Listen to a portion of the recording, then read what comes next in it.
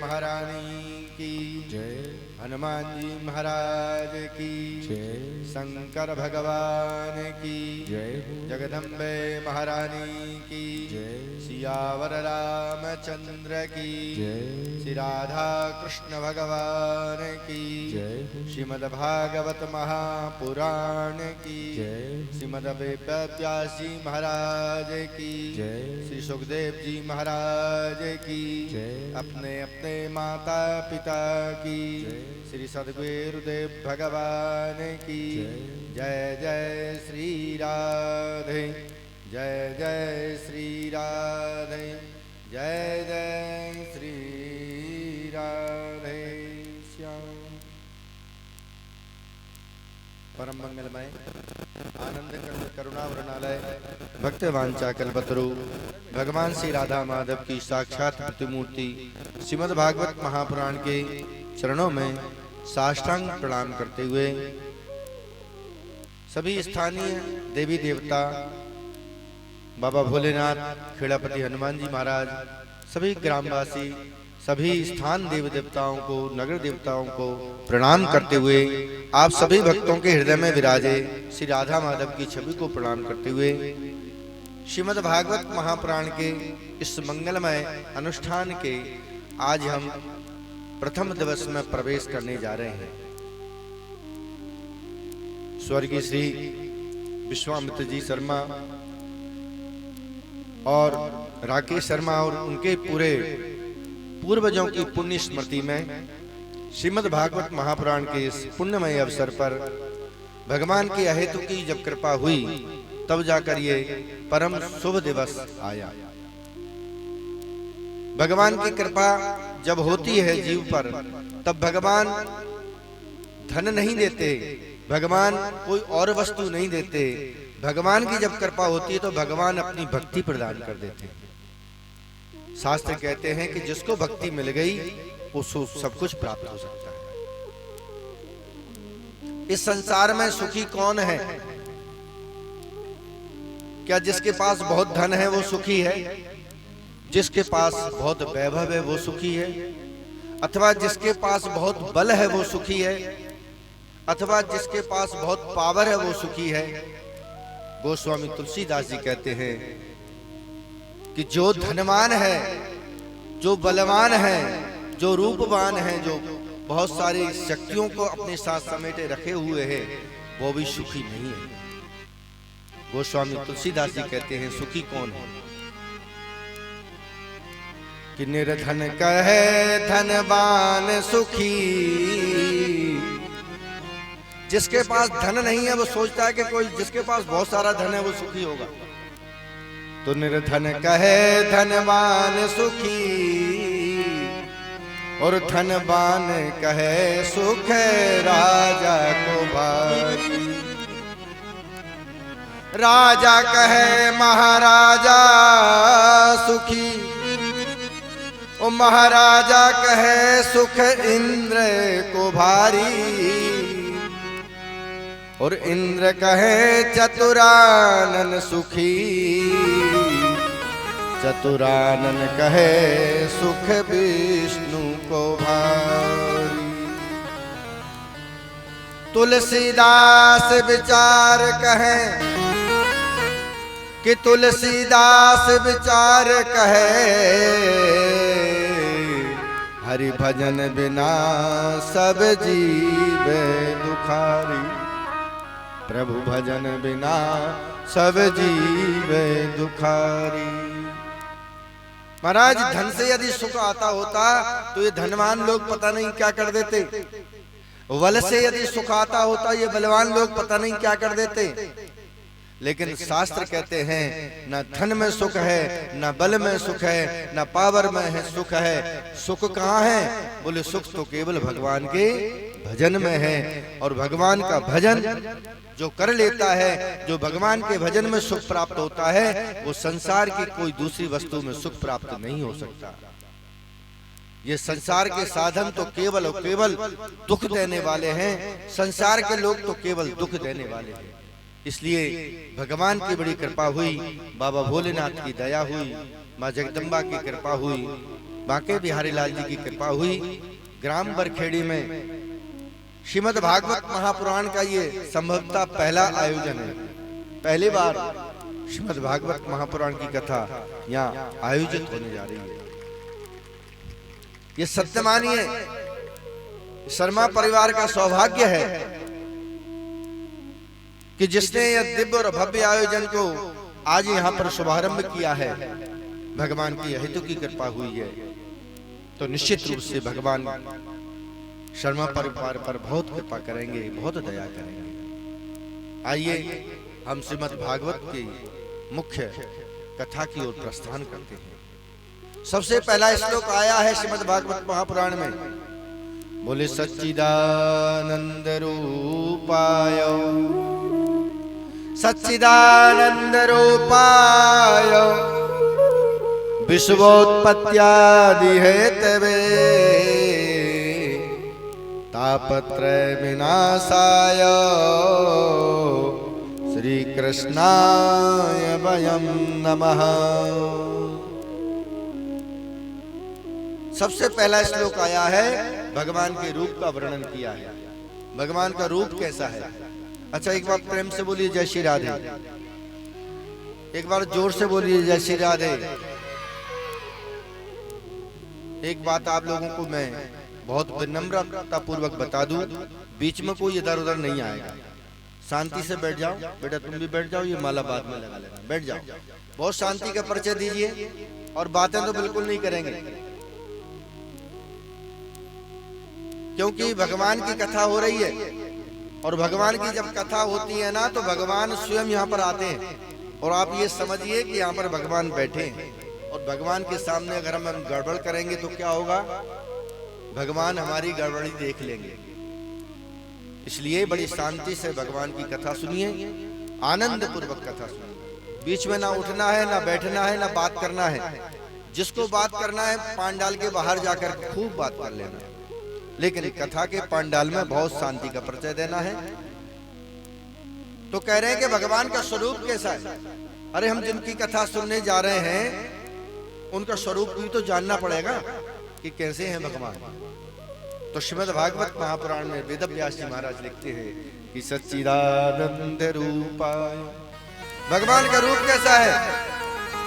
बोले भगवान सत स्वरूप है, सत्य। भगवान की जब हम पूजन करने जाते हैं तो सबसे पहले भगवान कहते हैं कि तुम मुझे मेरी पूजन कर। फूल की माला चढ़ा, मिठाई चढ़ा, पेड़े चढ़ा, लड्डू चढ़ा, पैसे चढ़ा, चुनरी चढ़ा, जो कुछ चढ़ाना है चढ़ा, वो तो बहुत आवश्यक है। लेकिन एक चीज जीवन में जरूर अपना ले। बोले क्या? बोले जीवन में सत्य अपना। जिसने सत्य को अपना लिया उसने शिव जी की पूजन भी कर ली, जगदम्बा की पूजन भी कर ली, ठाकुर जी की पूजन भी कर ली, भैरव बाबा की पूजन भी कर ली, हनुमान जी महाराज की पूजन भी कर ली। क्योंकि सत्य भगवान शिव में भी समाहित है, सत्य भगवान विष्णु में भी समाहित है, सत्य मेरे ठाकुर जी में भी समाहित है।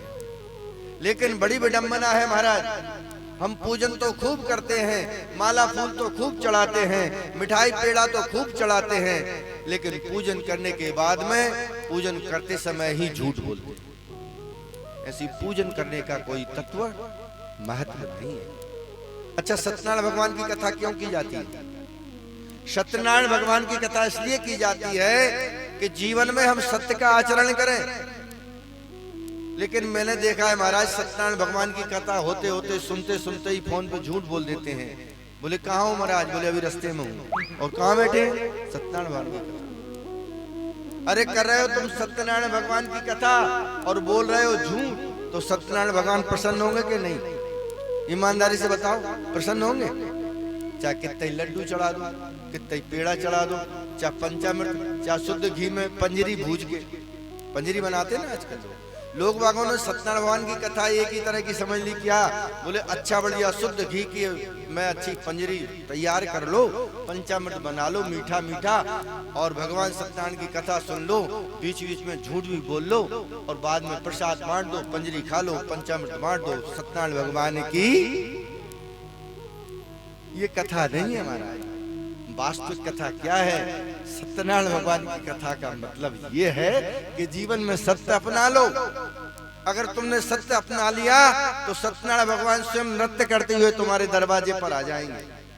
अगर सत्यनारायण भगवान की कथा करके भी अगर तुम झूठ बोलते हो तो एक नहीं 1000 कथा कर लो, महाराज कुछ बहुत अच्छा होने वाला नहीं, क्योंकि जीवन में सत्य अपनाना जरूरी है।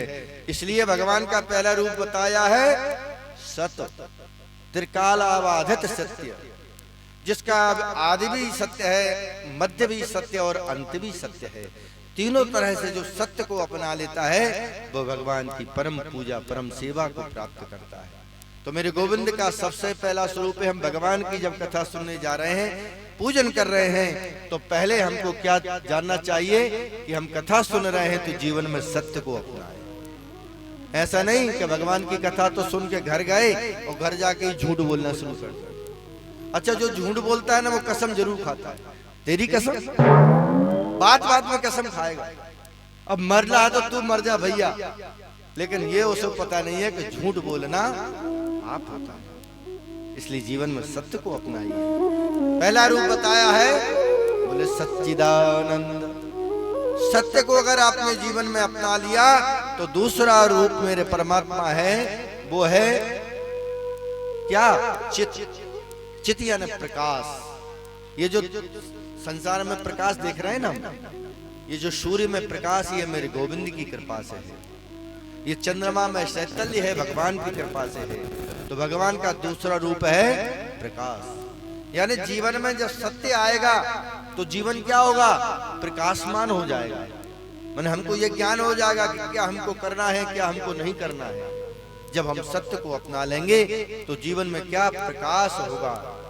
और जब सत्य आ जाएगा जीवन में, प्रकाश आ जाएगा जीवन में, तो क्या होगा? बोले जीवन आनंदमय हो जाएगा। आनंद की परिभाषा श्रीमद् भागवत महापुराण में बड़ी विशेष बताई है। आनंद क्या है? हमने बहुत अच्छा भोजन किया, रसमलाई खाई, लड्डू खाए, पेड़े खाए, और फिर पूछा कि क्या हुआ? बोले आनंद आ गया। ये आनंद नहीं है, ये तो जीव का स्वाद है महाराज। ये आनंद की परिभाषा नहीं है। आनंद तो क्या है? बोले जब हम भगवान की कथा सुनते हैं, भगवान का भजन करते हैं, भगवान का संकीर्तन करते हैं, और उस संकीर्तन और भजन और कथा में जो आनंद आता है वही तो मेरे गोविंद का रूप है। अभी हम चौथे दिन जब भगवान की कथा होगी ना, तो हम लोग क्या गाएंगे? नंद घर आनंद भयो। आनंद तो केवल कौन है? बोले भगवान का रूप है। तो भगवान का रूप क्या बताया? बोले वो सत्य है, चित है और आनंद है। बोले सच्चिदानंद रूपाय विश्वोत्पत्त्यादि है तबे। बोले वो विश्व की उत्पत्ति करना और लय करना। अगर भगवान चाहे तो क्षण भर में ये संसार को एकदम सुसज्जित कर दें, और भगवान चाहे तो एक थोड़ी सी बिरकुटी टेढ़ी कर दें, ये संसार में लय प्रलय हो जाए। तो क्या विश्व की उत्पत्ति और लय करने के हेतु भी मेरे गोविंद है। और क्या है? बोले तापत्रय विनाशाय। 3 तरह के तापों को विनाश करने की क्षमता मेरे प्रभु के नाम में है। अच्छा, 3 तरह के ताप कौन कौन से होते हैं? आदि भौतिक, आदि दैहिक और आदि दैविक। दैहिक ताप क्या होते हैं? जो हमारे शरीर में होते हैं। अच्छा, आदमी जो है ना 2 तरह से बीमार होता है। एक तो शरीर से बीमार होता है, किसी के शरीर में कुछ हो जाता है, किसी को बीमारी हो जाती है तो वो शारीरिक रूप से बीमार होता है, और दूसरा बीमार होता है वो मानसिक रूप से। किसी किसी को आपने देखा होगा कि जब देखो तब वो टेंशन में रहता है, जब भी देखोगे तब टेंशन में रहता है। उससे पूछो भैया क्या हुआ? बोले बात मत करो, बहुत टेंशन है, बहुत टेंशन है। और कभी कभी ऐसा लगता है कि सारे संसार की जिम्मेदारी इसी ने ले रखी है और कोई कुछ कर ही नहीं सकता, यही सब कुछ कर देगा। अच्छा, टेंशन का शाब्दिक अर्थ आप समझते हो? टेंशन, टेंशन, सन यानी सूर्य। एक सूर्य में जब इतनी गर्मी होती है तो 10 यानी 10 सूर्यों में कितनी गर्मी होगी, इसलिए उसका नाम दिया टेंशन। तो जिसके जीवन में टेंशन होता है वो जीवन पर्यंत धधकता रहता है अंदर, क्योंकि वो मानसिक रूप से बीमार है। तो मानसिक रूप से और शारीरिक रूप से जो बीमार है, इसको भी एक ताप कहा गया है। तापत्रय विनाशाय, शारीरिक समस्या, परेशानी, बीमारी, और जो दैविक बीमारी, माने जो हम देवताओं का पूजन नहीं करते। आपने देखा होगा कई लोग कहते हैं महाराज बड़े परेशान हैं। बोले क्यों परेशान हो?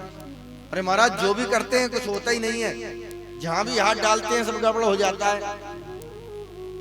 फिर हम उनसे पूछते हैं कि भैया एक बात बताओ, आप परेशान हो तो थोड़ा बहुत भगवान का भजन पूजन करते हो? अरे सुबह सुबह उठकर एक लोटा जल भर करके शंकर जी पर हर हर महादेव करके चढ़ाते हो? क्या बताया महाराज, बस भजन पूजन करने का ही टाइम नहीं मिलता, बाकी सब काम के लिए टाइम मिलता है। टाइम क्या नहीं मिलता? भजन पूजन करने।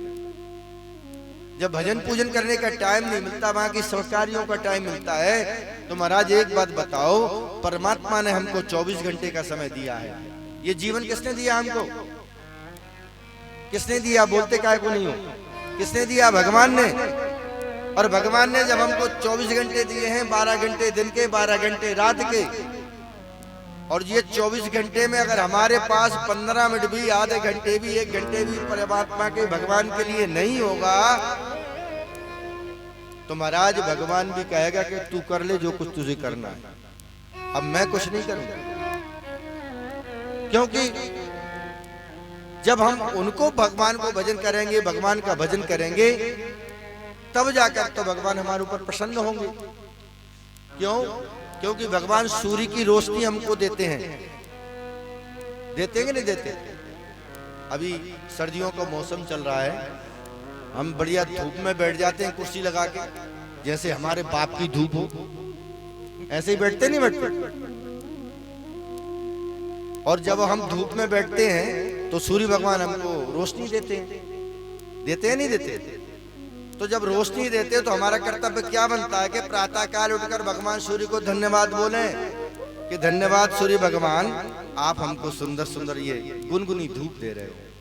कभी उनकी तरफ से बिल तो आता नहीं है कि तुमने 50 रुपए की धूप सेंकी? आया कभी किसी के पास बिल? नहीं आया। तो ये देव ऋण है। हम वायु ग्रहण कर रहे हैं, कभी वायु देव की तरफ से हमारे पास कोई बिल नहीं आया। हम ये पृथ्वी पर चल रहे हैं, पृथ्वी की तरफ से हमको, हमारे पास कोई बिल नहीं आया। तो ये क्या है? ये देव ऋण है।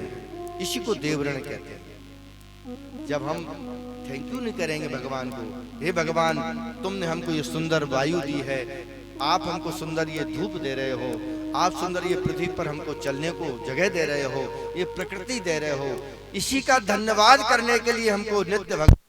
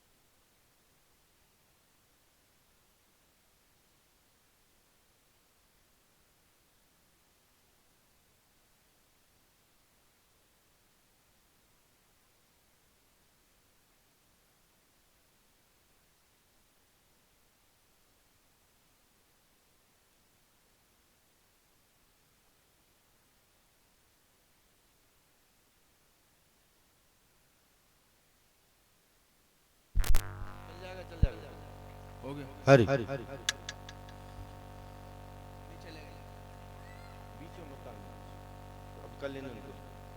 तो इस तरह से महाराज देव ऋण माना गया है। तो देव ऋण की निवृत्ति के लिए हमको नित्य भजन करना चाहिए, पूजन करना चाहिए, और नित्य भजन पूजन करके परमात्मा के प्रति समर्पण भाव दिखाना चाहिए, जिससे क्या होती है, देव ऋण से निवृत्ति मिलती है। इसी तरह महाराज ऋषि ऋण रहता है, ऋषियों का ऋण। जिस कुल में, जिस खानदान में हमने जन्म लिया है, उस कुल के जो ऋषि होते हैं उनके प्रति अगर हम समर्पित भाव रखते हैं तो ऋषि ऋण से निवृत्ति मिलती है। फिर आया पितृ ऋण। पितरों के निमित्त हम जो कर्म करते हैं, उन कर्मों के प्रति हम पितरों के प्रति उन कर्मों से समर्पण भाव रखें तो ये पितृ ऋण से निवृत्ति प्राप्त होती है। इस तरह से तापत्रय विनाशाय, ये 3 तरह के जो ताप हैं, इनको विनाश करने की क्षमता मेरे गोविंद के नाम में, मेरे कन्हैया के नाम में है। मेरे कन्हैया के नाम में इन तीनों तरह के तापों को नाश करने की शक्ति है, क्षमता है। तापत्रय विनाशाय श्री कृष्णाय वयं नमः। इस तरह 3 तरह के तापों को नाश करने की जिनमें क्षमता है, ऐसे मेरे गोविंद को, ऐसे मेरे कन्हैया को, ऐसे मेरे गोविंद को हम बारंबार प्रणाम करते हैं। मैं प्रणाम नहीं करता हूं, आप सब मिलकर के, हम सब मिलकर के इनको प्रणाम करते हैं। बोलिए राधा कृष्ण भगवान की जय। श्रीमद् भागवत महापुराण के जो प्रवक्ता हैं श्री सुखदेव जी महाराज, उनके विषय में श्रीमद् भागवत महापुराण में वर्णन आया है कि यम प्रवजंत मनोपेत कृत्यम द्वैपायनो विरह कातरया जुहाव पुत्रेति तन्मयतया तरवो विनेदु स्तम सर्वभूत हृदयम मुनिमातोऽस्मि। सुखदेव जी महाराज, जिन्होंने 12 वर्ष तक माते गर्भ में रह करके श्रीमद् भागवत महापुराण का चिंतन किया, मनन किया, अध्ययन किया, जन्म लेते ही हाथ में कमंडल लेकर सन्यास की ओर चल दिए मन। वेदव्यास जी महाराज सुखदेव जी महाराज को बार बार मनाते हैं, तो जैसे ही सुखदेव जी महाराज को मनाने के लिए व्यास जी महाराज पहुंचे तो वृक्षों ने कहा कि आप किसको मना रहे हो, ये तो सर्वभूत हृदय हैं। व्यास जी महाराज समझ गए कि ये तो वास्तव में सर्वभूत हृदय में है। तो व्यास जी महाराज ने सुखदेव जी महाराज को जाने दिया। जो सुखदेव जी महाराज साक्षात परमात्मा स्वरूप है, जो श्रीमद् भागवत महापुराण की कथा हमारे राजा परीक्षित को श्रवण कराएंगे, ऐसे सुखदेव जी महाराज को हम बार बार प्रणाम करते हैं, बार बार वंदन करते हैं, उनको बार बार मनाते हैं। बोले सुखदेव जी महाराज की। वेदव्यास जी महाराज को कोटि कोटि वंदन करते हैं, जिन्होंने इस कठिन कराल कलयुग में हम जीवों के ऊपर कृपा करके श्रीमद् भागवत महापुराण की रचना की, जिसके फलस्वरूप आज न जाने कितने जीवात्मा परमात्मा की शरण लेकर के अपने जीवन को धन्य बना रहे हैं। ऐसे वेदव्यास जी महाराज को बार बार प्रणाम करते हैं। बोले वेदव्यास जी महाराज की। श्रीमद् भागवत महापुराण की कथा वैसे तो बहुत अनंत गुणों का फल देने वाली है, लेकिन वास्तव में देखा जाए तो यह श्रीमद् भागवत महापुराण कोई और नहीं है, ये श्रीमद् भागवत महापुराण स्वयं मेरे गोविंद है, स्वयं मेरे कन्हैया है। जब मेरे प्रभु अपनी लीला स्मरण करके आज से 5,500 वर्ष पूर्व अपने धाम को गए, तब जाते जाते उन्होंने यही कहा कि मैं श्रीमद् भागवत महापुराण के रूप में संसार में विद्यमान रहूंगा। आज श्रीमद् भागवत महापुराण के रूप में हम सबके बीच में मेरे प्रभु विराजमान हैं। नारद जी महाराज ने एक बार पूछ लिया भगवान जी से कि प्रभु आप बताइए आप कहाँ मिलेंगे। कई भक्त हम को मिलते हैं और भक्त पूछते हैं कि भगवान को हम खोजें तो कहाँ जाएं खोजने, भगवान मिलेंगे कहाँ, मेरे गोविंद कहाँ पे प्राप्त होंगे। तो भगवान ने नारद जी से कह दिया कि नारद अगर मुझे खोजना चाहते हो, मुझे पाना चाहते हो तो मैं बता दूं मैं कहाँ रहता हूं। तो भगवान कहते हैं कि ना हम बसामि बैकुंठे। बोले नारद मैं बैकुंठ में नहीं रहता हूं। तो बोले कहां रहते हो महाराज? बोले ना हम बसामि बैकुंठे योगिनाम हृदय न चा। ना मैं बैकुंठ में रहता हूं, ना मैं योगियों के हृदय में रहता हूं। बोले महाराज कहां रहते हो? बोले यद भक्त्या मत्र गायन्ति तस्तिष्ठाम्यहं नारदो। बोले जहां पर मेरी कथा होती है, मेरा भजन होता है, मेरा संकीर्तन होता है, वहां जाकर के मैं अनायास ही बैठ जाता हूं। अरे श्रीमद् भागवत महापुराण की कथा जहां होती है, उस स्थान को छोड़कर मेरे गोविंद एक क्षण के लिए भी कहीं नहीं जाते। क्योंकि श्रीमद् भागवत महापुराण की कथा तो महाराज प्रत्येक जीव जंतु देवता अनेक रूप धारण करके स्थावर जंगम सब महाराज भगवान की कथा सुनने आते हैं। ना जाने किस रूप में नारायण आकर के हमारे बीच बैठकर कथा सुन जाए। इसलिए तो कहते हैं कि कथा जब होती हो, भगवान की कथा हो रही हो, तो बड़ी सावधानी से कथा सुनना चाहिए। क्योंकि भगवान से मिलने का केवल एक ही सहारा है। वो कौन सा है? बोले सावरे से मिलने का, हो सावरे से मिलने का सत्संग ही बहाना है। सावरे से मिलने का सत्संग ही बहाना है। सावरे से मिलने का सत्संग ही बहाना है। सावरे से मिलने का, बोले हाथों से ताली से करते सत्संग ही बहाना है। ओ सावरे से मिलने का सत्संग ही बहाना है। ओ सावरे से मिलने का सत्संग ही बहाना है। ओ सावर से लगन लगी, ओ सावर से लगन लगी, मुझे हरि गुण गाना है। ओ सावर से मिलने का सत्संग ही बहाना है।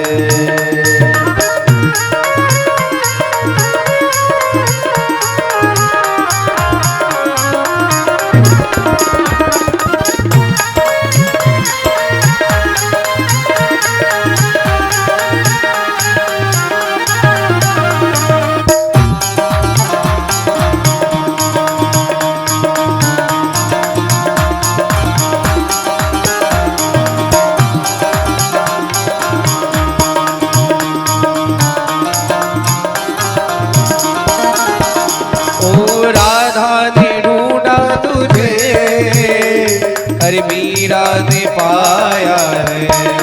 ओ राधा ने ढूंढा तुझे, मीरा ने पाया है। ओ मैंने तुझे पा ही लिया, मैंने तुझे पा ही लिया, मेरे दिल में ठिकाना है। सावर से मिलने का सत्संग ही बहाना है।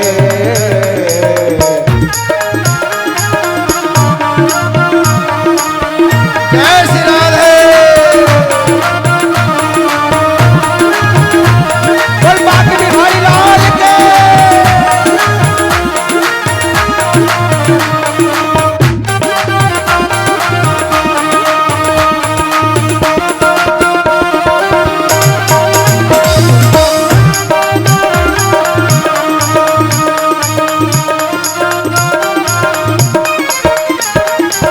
देवकी ने जन्म दिया, यशोदा ने पाला है।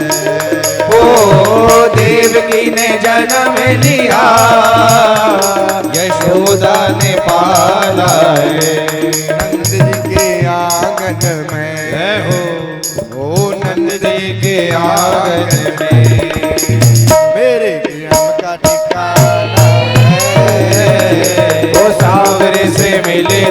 का सत्संग ही बहाना है।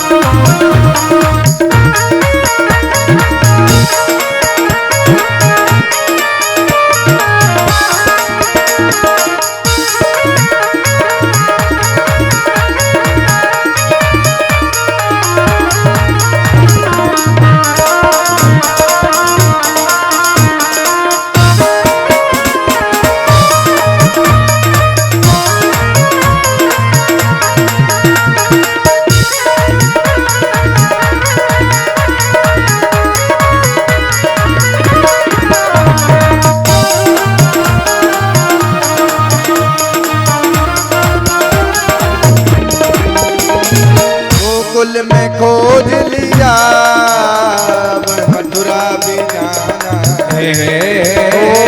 गोकुल में खोज लिया अब मथुरा में जाना है। गोपियों की गलियों में, गोपियों की गलियों में मेरे श्याम का ठिकाना है। अरे सावरे से मिलने का सत्संग ही बहाना है।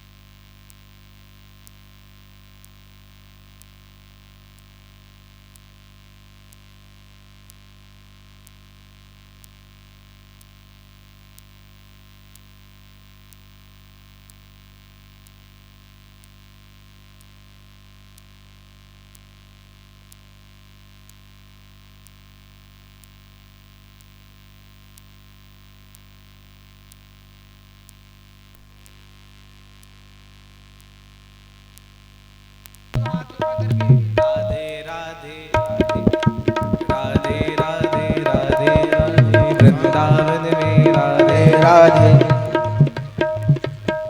ओ सावर से मिलने का तिरंगी बहाना है। सावर से मिलने का सत्संग ही बहाना है। सावर से मिलने का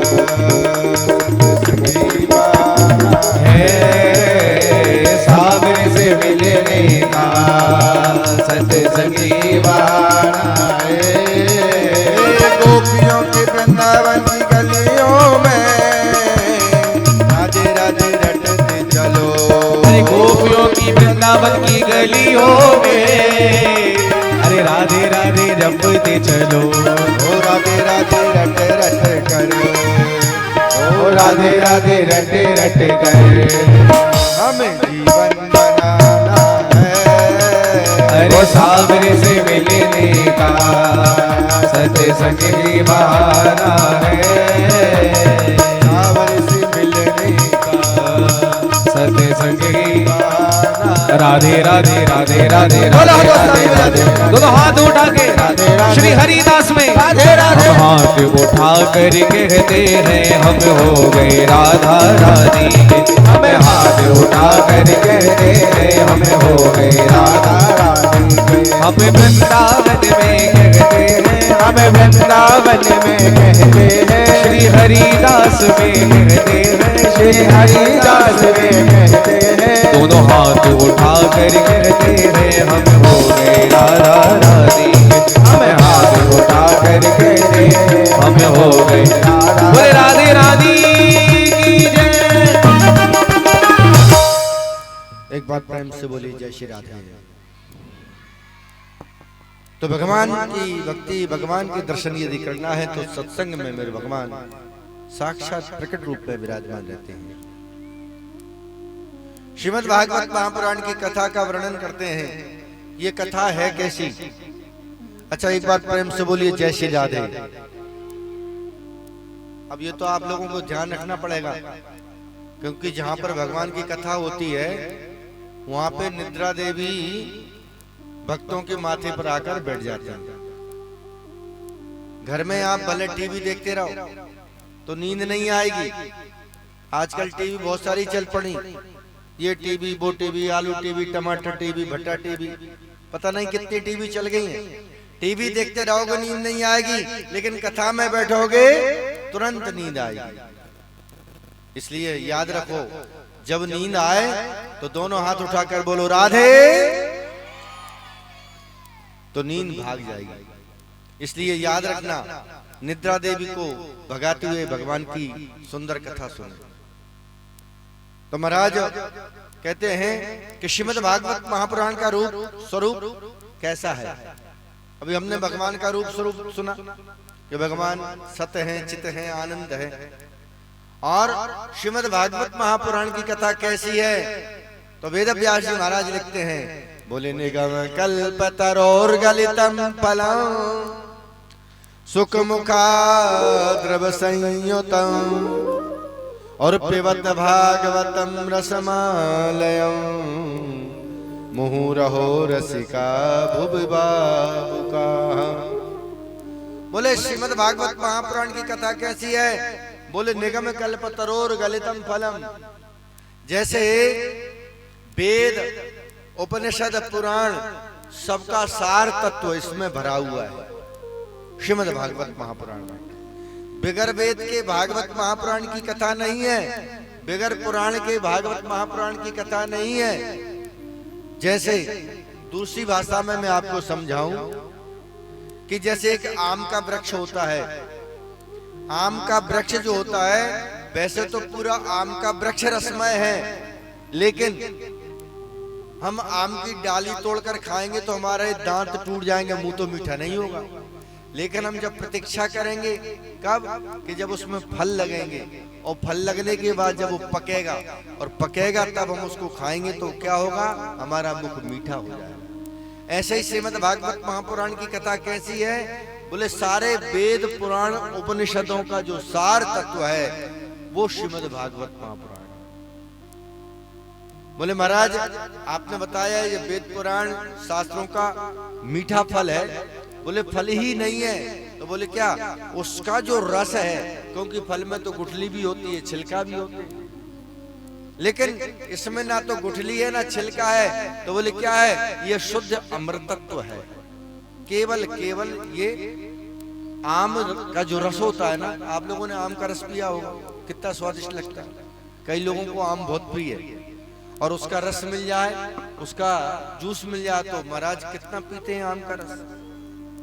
तो बोले जो आम का रस है उस रस के समान श्रीमद् भागवत महापुराण की जो कथा है, सारे वेद, पुराण, उस शास्त्रों का जो सार तत्व है, जैसे आम के पेड़ का फल लगने के बाद में जो रस आया वो रस है, वैसा ही श्रीमद् भागवत महापुराण की कथा का रस है।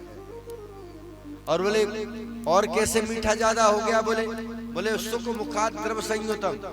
बोले इस आम के रस रूपी द्रव को क्या किया? सुखदेव जी महाराज ने, सुख यानी तोता, तोता होता है ना, तो सुखदेव जी महाराज ने इसको अपने मुख से सुनाया।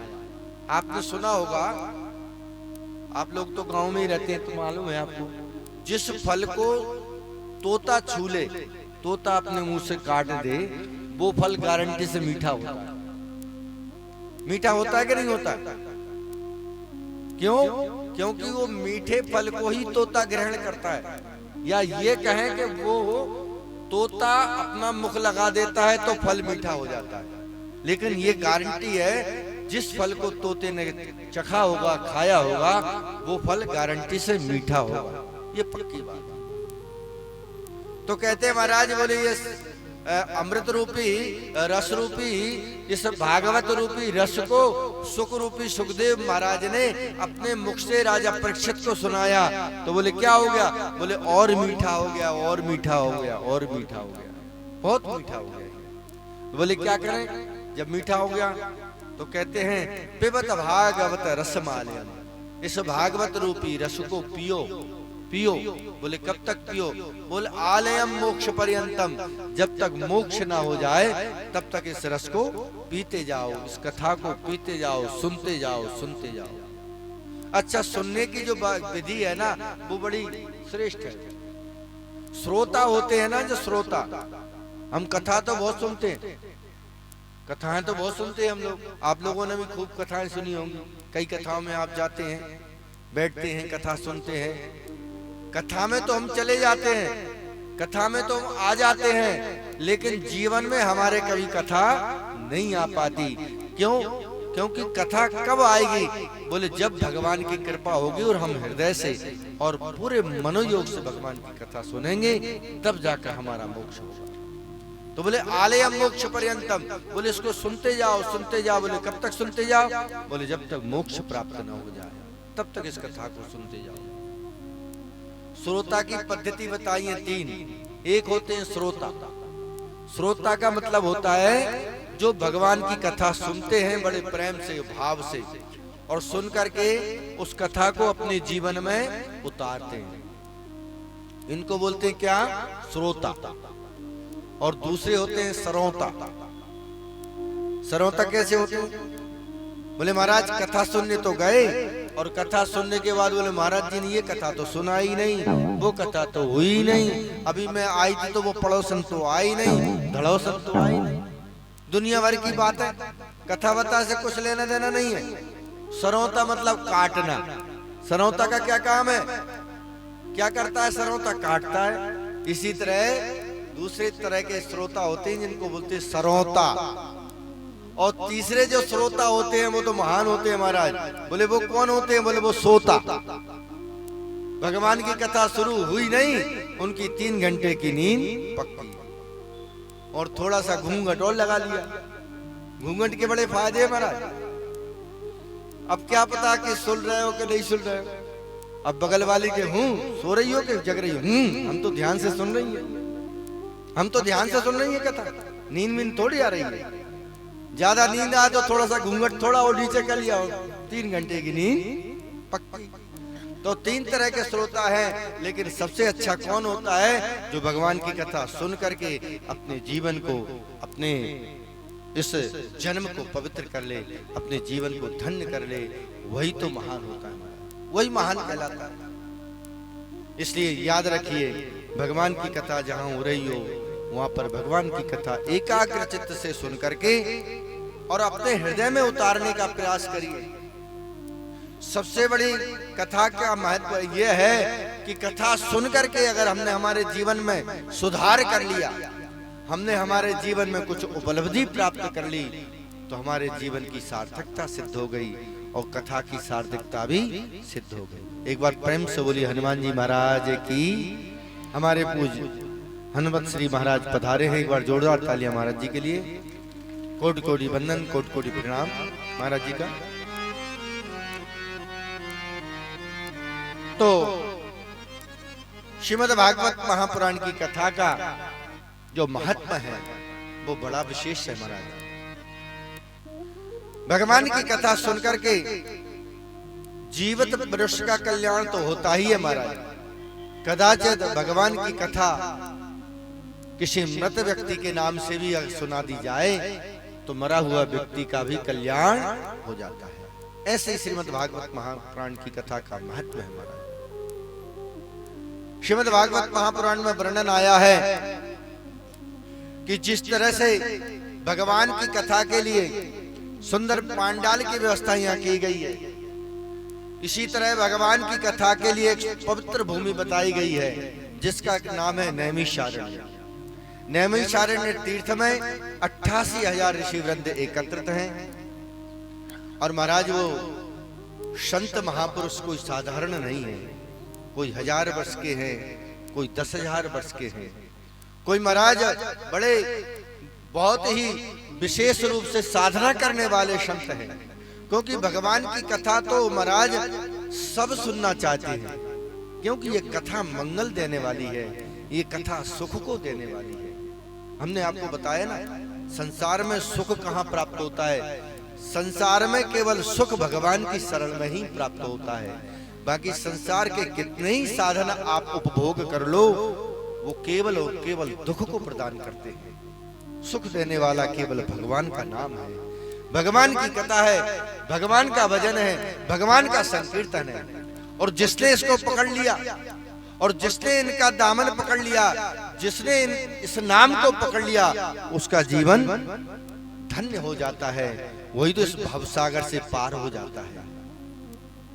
अनेक युगों में, अलग अलग युगों में अनेक प्रकार की साधनाओं का वर्णन है, लेकिन कलयुग में तो बाबा तुलसीदास जी ने लिखा है कि कलयुग केवल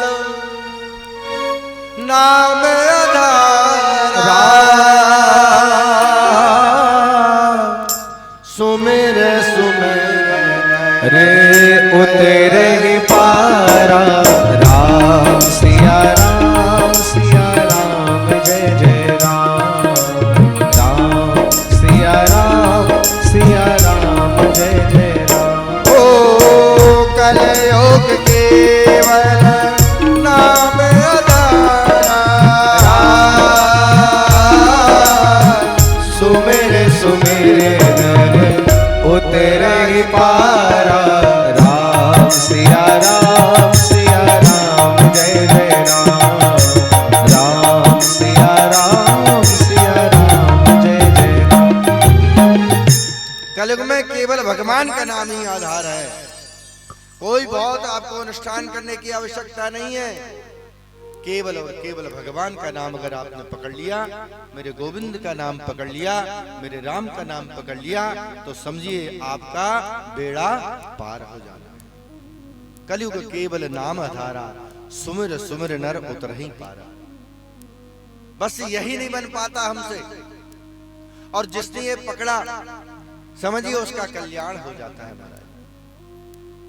तो 88,000 ऋषि वृंद वहां विराजे हैं नैमिषारण्य की पुण्य उस स्थली पर, जहां पर सारे पुराणों की कथा का वर्णन आया है। और तो और जो हम सत्यनारायण भगवान की कथा पढ़ते हैं, सुनते हैं, वो सत्यनारायण भगवान की कथा भी नैमिषारण्य तीर्थ में ही हुई है। ऐसा पवित्र स्थान है नैमिषारण्य। 88,000 ऋषि वृंद वहां पर विराजे हैं। उन्हीं 88,000 ऋषि वृंदों के बीच में महाराज एक युवा संत पधारे, और इनका नाम है सूत जी महाराज। बोले सूत जी महाराज की जय। जैसे ही सूत जी महाराज वहां पर पधारे, वो सारे ऋषिवृंद 1000-1000 वर्ष के, 10,000 वर्ष के ऋषिवृंद खड़े हो गए, उनका अभिवादन करने लगे, उनका अनुमोदन करने लगे। वो सूत जी महाराज कहते हैं, नहीं महाराज आप ये क्या करते हैं? आप हमारी आयु में आप हमसे बहुत बड़े हैं। अरे हमारी आयु बहुत छोटी है, आप बहुत बड़े हैं, ये कैसे हमको आप प्रणाम करते हैं? शास्त्र कहते हैं कि धन वृद्धा यश वृद्धा धन वृद्धा तथैव च ते सर्वे ज्ञान वृद्धश्च किंकरः शिष्य किंकरः। कोई धन में बड़े होते हैं, कोई बल में बड़े होते हैं, कोई आयु में बड़े होते हैं, लेकिन जो ज्ञान में बड़ा होता है वो सबका पूजनीय होता है, सबका वंदनीय होता है। संतों ने कहा सूत जी महाराज आप ज्ञानवान हैं, आप विद्वान हैं, आप सबसे बड़े हैं, जिसमें ज्ञान होगा वही बड़ा होगा, इसलिए हम आपको प्रणाम करते हैं। सूत जी महाराज को उच्च आसन प्रदान किया है, आसन पर विराजे सूत जी महाराज। और सूत जी महाराज से उन संतों ने प्रार्थना की, बोले प्रभु एक बार हमारे ऊपर आप कृपा करिए। बोले क्या? सूत जी कहते हैं कि अज्ञान ध्वांत विध्वंस कोटि सूर्य समप्रभ सूतख्याय कथा सारम मम कर्ण रसायनम। बोले सूत जी महाराज आप कोई ऐसे वैसे विद्वान नहीं है। संत जन कहते हैं कि आप कोई ऐसे वैसे विद्वान नहीं है, आप कोई साधारण विद्वान नहीं है। तो बोले क्या? बोले अज्ञान ध्वांत विध्वंसो कोटि सूर्य समप्रभो। आप ज्ञान में इस तरह से हैं जैसे एक सूर्य प्रकाश देता है तो कितना प्रकाश हो जाता है, लेकिन आपके ज्ञान रूपी प्रकाश में वो शक्ति है कि कोटि सूर्यों का प्रकाश भी कम पड़ जाए। ऐसे आप विद्वान हैं। और महाराज आपसे हम ये सत्य बता दें कि आप हमको जो कथा सुनाएंगे भगवान की, वो बहुत कोई विस्तार से मत सुनाइए। देखिए ये जो संत है ना, इनको मालूम था, इनको पता था कि कलयुग आने वाला है और कलयुग में मनुष्य के पास सब कुछ होगा, सब कुछ होगा, लेकिन भगवान का भजन करने के लिए इसके पास समय नहीं होगा। बाकी सारे काम करने के लिए इसके पास समय होगा। अभी आप महाराज किसी की बुराई कराने को बिठा दो तो 2 घंटे बुराई कर देगा, लेकिन भगवान के भजन में जब बैठेगा तो सारी समस्या उसके सर पर उसी समय चढ़ेगी। कई लोगों को तो हमने देखा है महाराज, जैसे तैसे सवेरे उठेंगे और उठते ही कई लोगों को तो ऐसी आदत है कि श्रीमान जी अपने बिस्तर से अपने मुखारबिंद को बाद में उघाड़ते हैं, पहले से थोड़ी सी चदरिया ऊपर करते हैं और पूछते हैं क्यों जी चाय बन गई का? अगर चाय बन गई हो तो हम उठे। और महाराज चाय पी करके जैसे तैसे नहा धो के तैयार होंगे, 2 अगरबत्ती उठाएंगे, भड़ भड़ भड़ भड़ भड़ भड़ भड़ भड़, इधर दौड़ेंगे उधर दौड़ेंगे। ऐसा लगता है कि सारी दुनिया की जो समस्याएं हैं, सारी दुनिया को यही पालन कर रहा है, यही पोषण कर रहा है। और यही हमारे जीवन में सबसे बड़ी गलती है। हमको ये विश्वास नहीं है कि करने वाला तो वो बैठा है, हम तो केवल एक महाराज, केवल हम कठपुतली हैं। जैसा वो हमको नचाएगा हम वैसे नचेंगे। ये विश्वास करके भगवान के सामने बैठकर भगवान से कहो, हे परमात्मा तुझे जो करना है कर, जिसमें मेरा भला हो वही तू कर, और फिर अपने कार्य में निकलो। मैं आपको दावे के साथ कह सकता हूँ आप अपने जीवन में बहुत सुख प्राप्त करेंगे। लेकिन सबसे बड़ी समस्या यहाँ पर यही है कि लोगों के पास सब काम करने के लिए समय होगा, लेकिन भगवान का भजन करने के लिए समय नहीं। तो सूत जी महाराज से वो कह लगे कथा सारम। बोले महाराज आप बहुत विस्तार से मत सुनाना। बोले क्या? बोले सार तत्व सुना देना, इससे क्या होगा? बोले महाराज आप जब ये कथा सुनाओगे तो हमारे कानों में ये रसायन का काम करेगी। काय का काम करेगी? रसायन का, अमृतत्व का काम करेगी, जिससे हम क्या होंगे? बोले हमारे जीवन हम भगवान के चरणों की अनुरक्ति हमारे हृदय में विराजित होगी। और कहते हैं वो संत जन सूत जी महाराज से, बोले महाराज ऐसी कथा सुनाओ। बोले कैसी? बोले श्रेयसाम यद भवे श्रेया पावनानां च पावनम और कृष्ण प्राप्ति करम सद साधनम तथारुना। बोले ऐसी कथा सुनाओ जो श्रेष्ठ में भी श्रेष्ठ हो और जो भगवत भक्ति को प्राप्त करने में हमको शीघ्रता प्राप्त कराए। कृष्ण प्राप्ति करम शाश्वत साधनम तथारुना। ऐसा कोई साधन बताओ जिससे भगवान की भक्ति, भगवान की अनुरक्ति, भगवान के चरणों की अनुरक्ति हमारे हृदय में शीघ्र उत्पन्न हो जाए। ऐसी कोई कथा सुनाने की कृपा करो महाराज।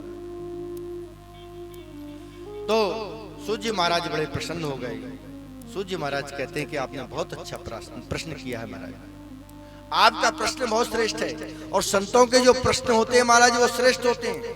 ये जो संत है ना महाराज, ये संत कोई साधारण नहीं है। ये जो संत है ना, ये भगवान के भेजे हुए प्रतिनिधि हैं।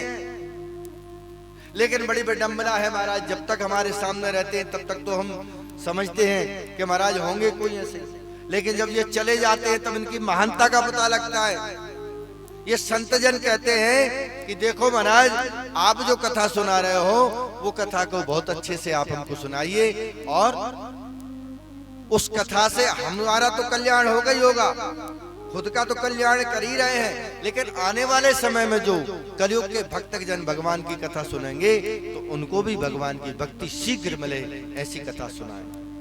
तो सूजी महाराज कहते हैं कि वास्तव में हमारा ये जीवन है क्या। जीवन का बड़ा अच्छा वर्णन किया है श्रीमद् भागवत महापुराण में। बोले ये वास्तव में हमारा जीवन क्या है। बोले जीवन हमारा है, ऐसा जीवन है कि इस जीवन के एक क्षण का भी भरोसा नहीं है। कोई कह सकता है कि मैं इतने दिन जीवित रह सकता हूं। अरे महाराज, चाय पीते पीते लोग लुढ़क जाते हैं, खाना खाते खाते लोग लुढ़क जाते हैं। कई लोगों को मैंने देखा है महाराज, घर में पेपर पढ़ते ही पढ़ते ढड़क गए। इसलिए तो गारंटी कोई नहीं दे सकता कि मैं कितने दिन जीवित रहूंगा, लेकिन महाराज साधन ऐसे बनाएगा जैसे सारा संसार यही चलाएगा। तो वही बात कह रहे हैं सूत जी महाराज कि हमारा जीवन है कैसा। बोले काल प्याल बुखाग्रासो त्रास निर्णास है तबे, और श्रीमद् भागवतम शास्त्रम कलौ कीर्णेन भासितम। बोले ये जीवन कैसा है। बोले काल ब्याल मुखग्रासो, ये जो संसार कैसा है। बोले ब्याल रूपी है। ब्याल बोलते हैं सर्प को। सर्प देखा है आपने, बहुत बड़ा अजगर सर्प है और वो अपना मुख खोल करके बैठा हुआ है। ये संसार कैसा है। बोले ब्याल रूपी है, सर्प रूपी संसार है। बोले उसमें क्या कर रहे हैं। बोले हम लोग उसमें भ्रमण कर रहे हैं। तो हम लोग कब तक सुरक्षित हैं।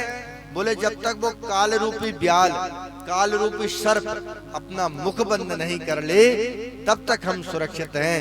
जिस दिन उस काल रूपी ब्याल ने अपना मुख बंद कर लिया, 2 मिनट में हमारी क्या हो जाएगी। राम नाम।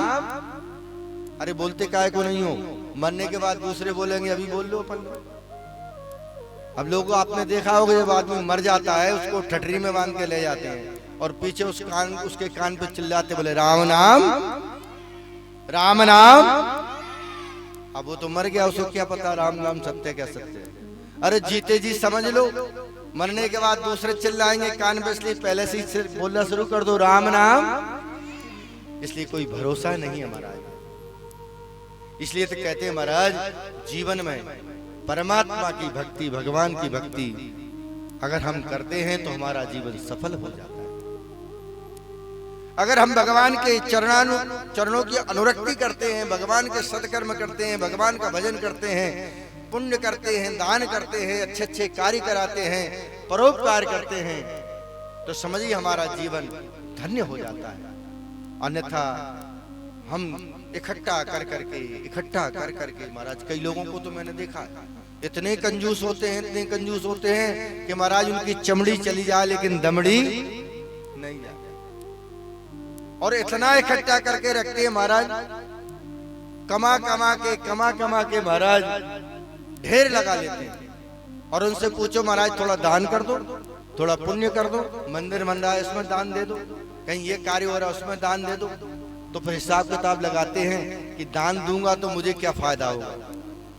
तो महाराज हमारे महापुरुषों ने भी रास्ता निकाल लिया। वो कौन से जी की वो छूट होती है ना, आयकर की छूट, वो छूट प्रदान करने लगे।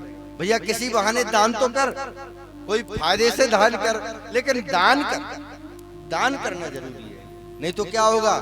बोले तूने जो कमाया है, तूने जो कमाया है, तूने जो कमाया है वो दूसरा ही खाएगा। खाली हाथ आया बंदे खाली हाथ जाएगा। ओ खाली हाथ आया बंदे खाली हाथ जाएगा। ओ खाली हाथ आया बंदे खाली हाथ जाएगा। ओ तूने जो कमाया है, तूने जो कमाया है, तूने जो कमाया है, तूने जो कमाया है, तूने जो कमाया है वो दूसरा ही खाएगा। खाली हाथ आया है खाली हाथ जाएगा। वो खाली हाथ आया है खाली हाथ जाएगा।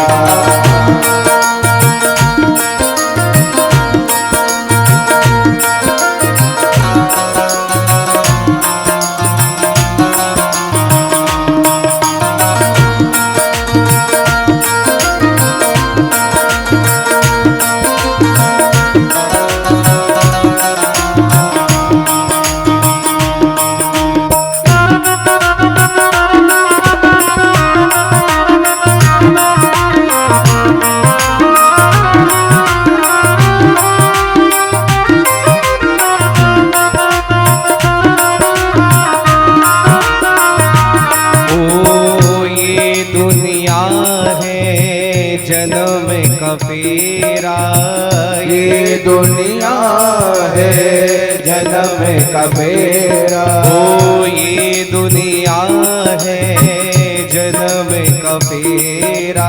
ओ ये दुनिया है जन्म का फेरा। ओ जब तक सांसें जब तक फेरा। ओ जब तक सांसें जब तक फेरा। ओ सांस रुक जाएगी रिश्ता छूट जाएगा। सांस रुक जाएगी रिश्ता छूट जाएगा। ओ रिश्ता छूट जाएगा रिश्ता छूट जाएगा। खाली हाथ आया है तो खाली हाथ जाएगा। ओ खाली हाथ आया है खाली हाथ जाएगा। ओ तूने जो कमाया है तूने जो कमाया है। ओ तूने जो कमाया है दूसरा ही खाएगा। खाली हाथ आया रे बंदे खाली हाथ जाएगा। ओ खाली हाथ आया रे बंदे खाली हाथ जाएगा।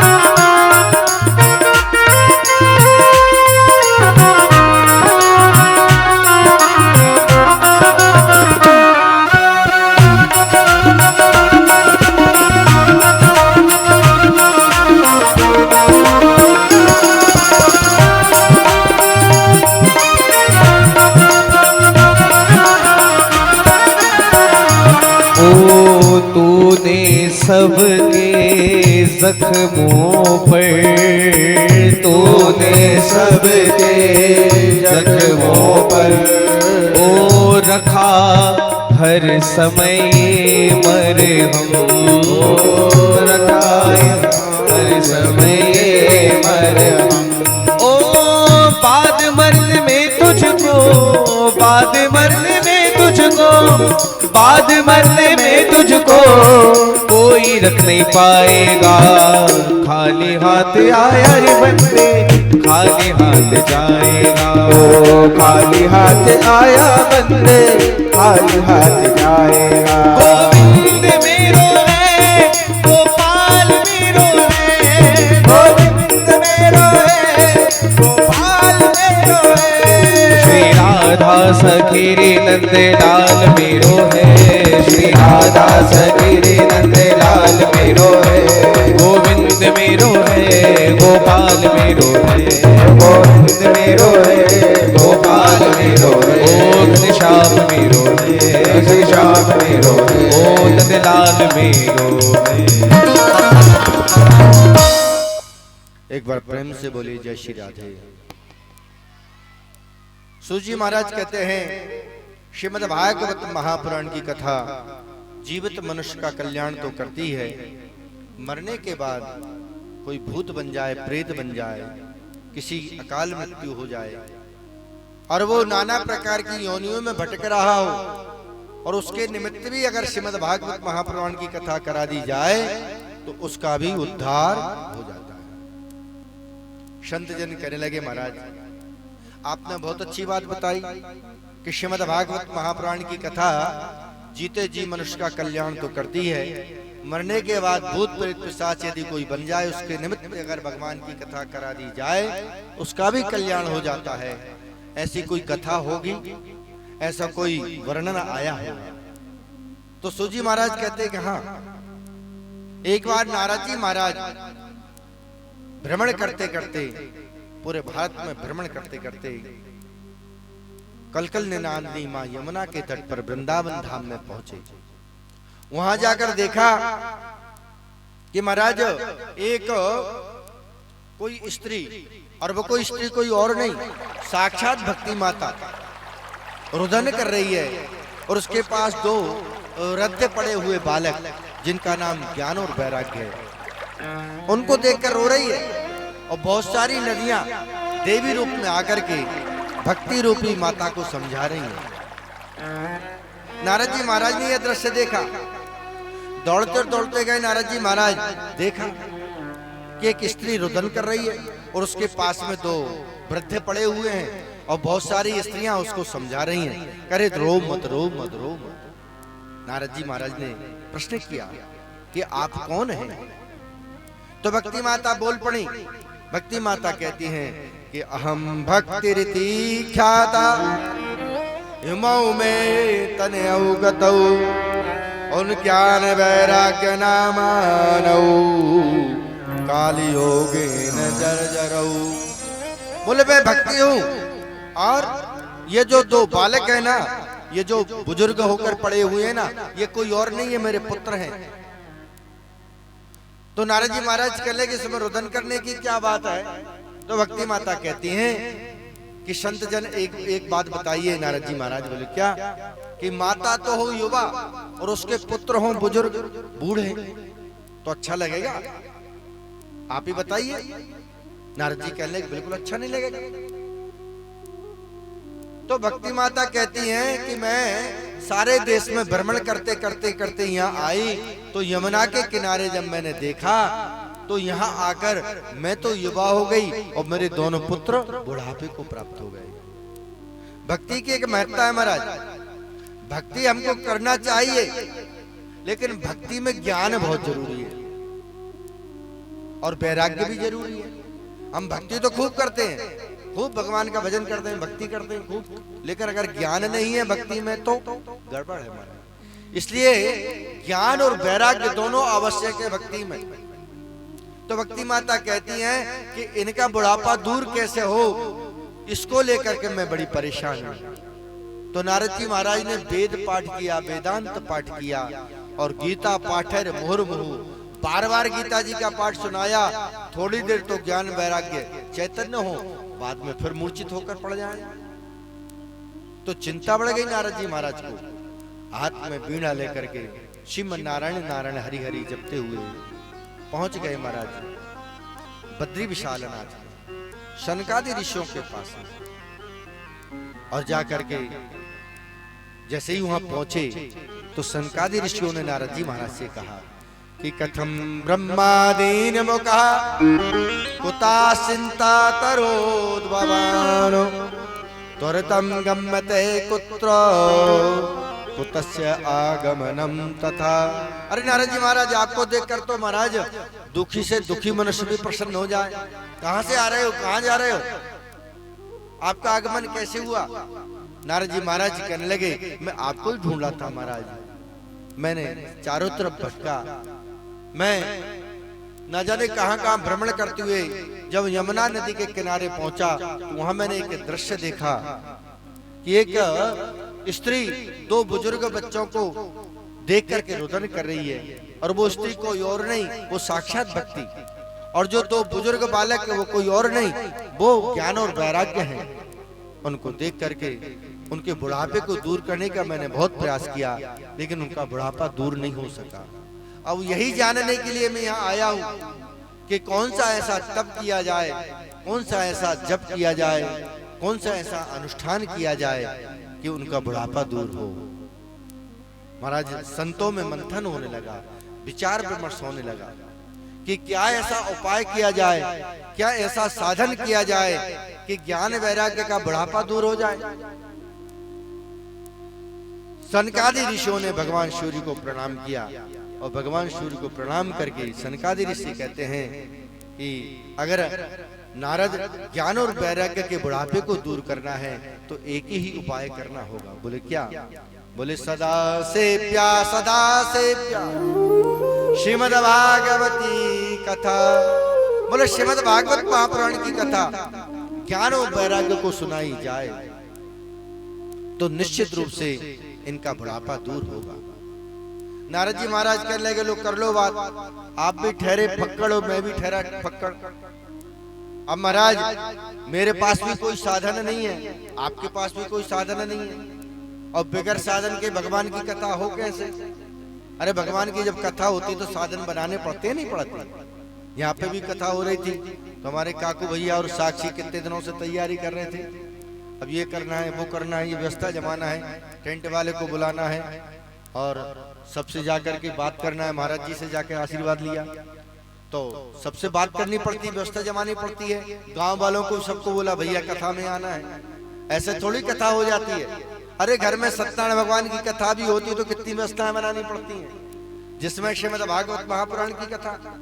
तो नारद जी यही कह रहे हैं कि महाराज आप तो ऐसी बात कर रहे हो जैसे कोई छोटा मोटा कार्य हो।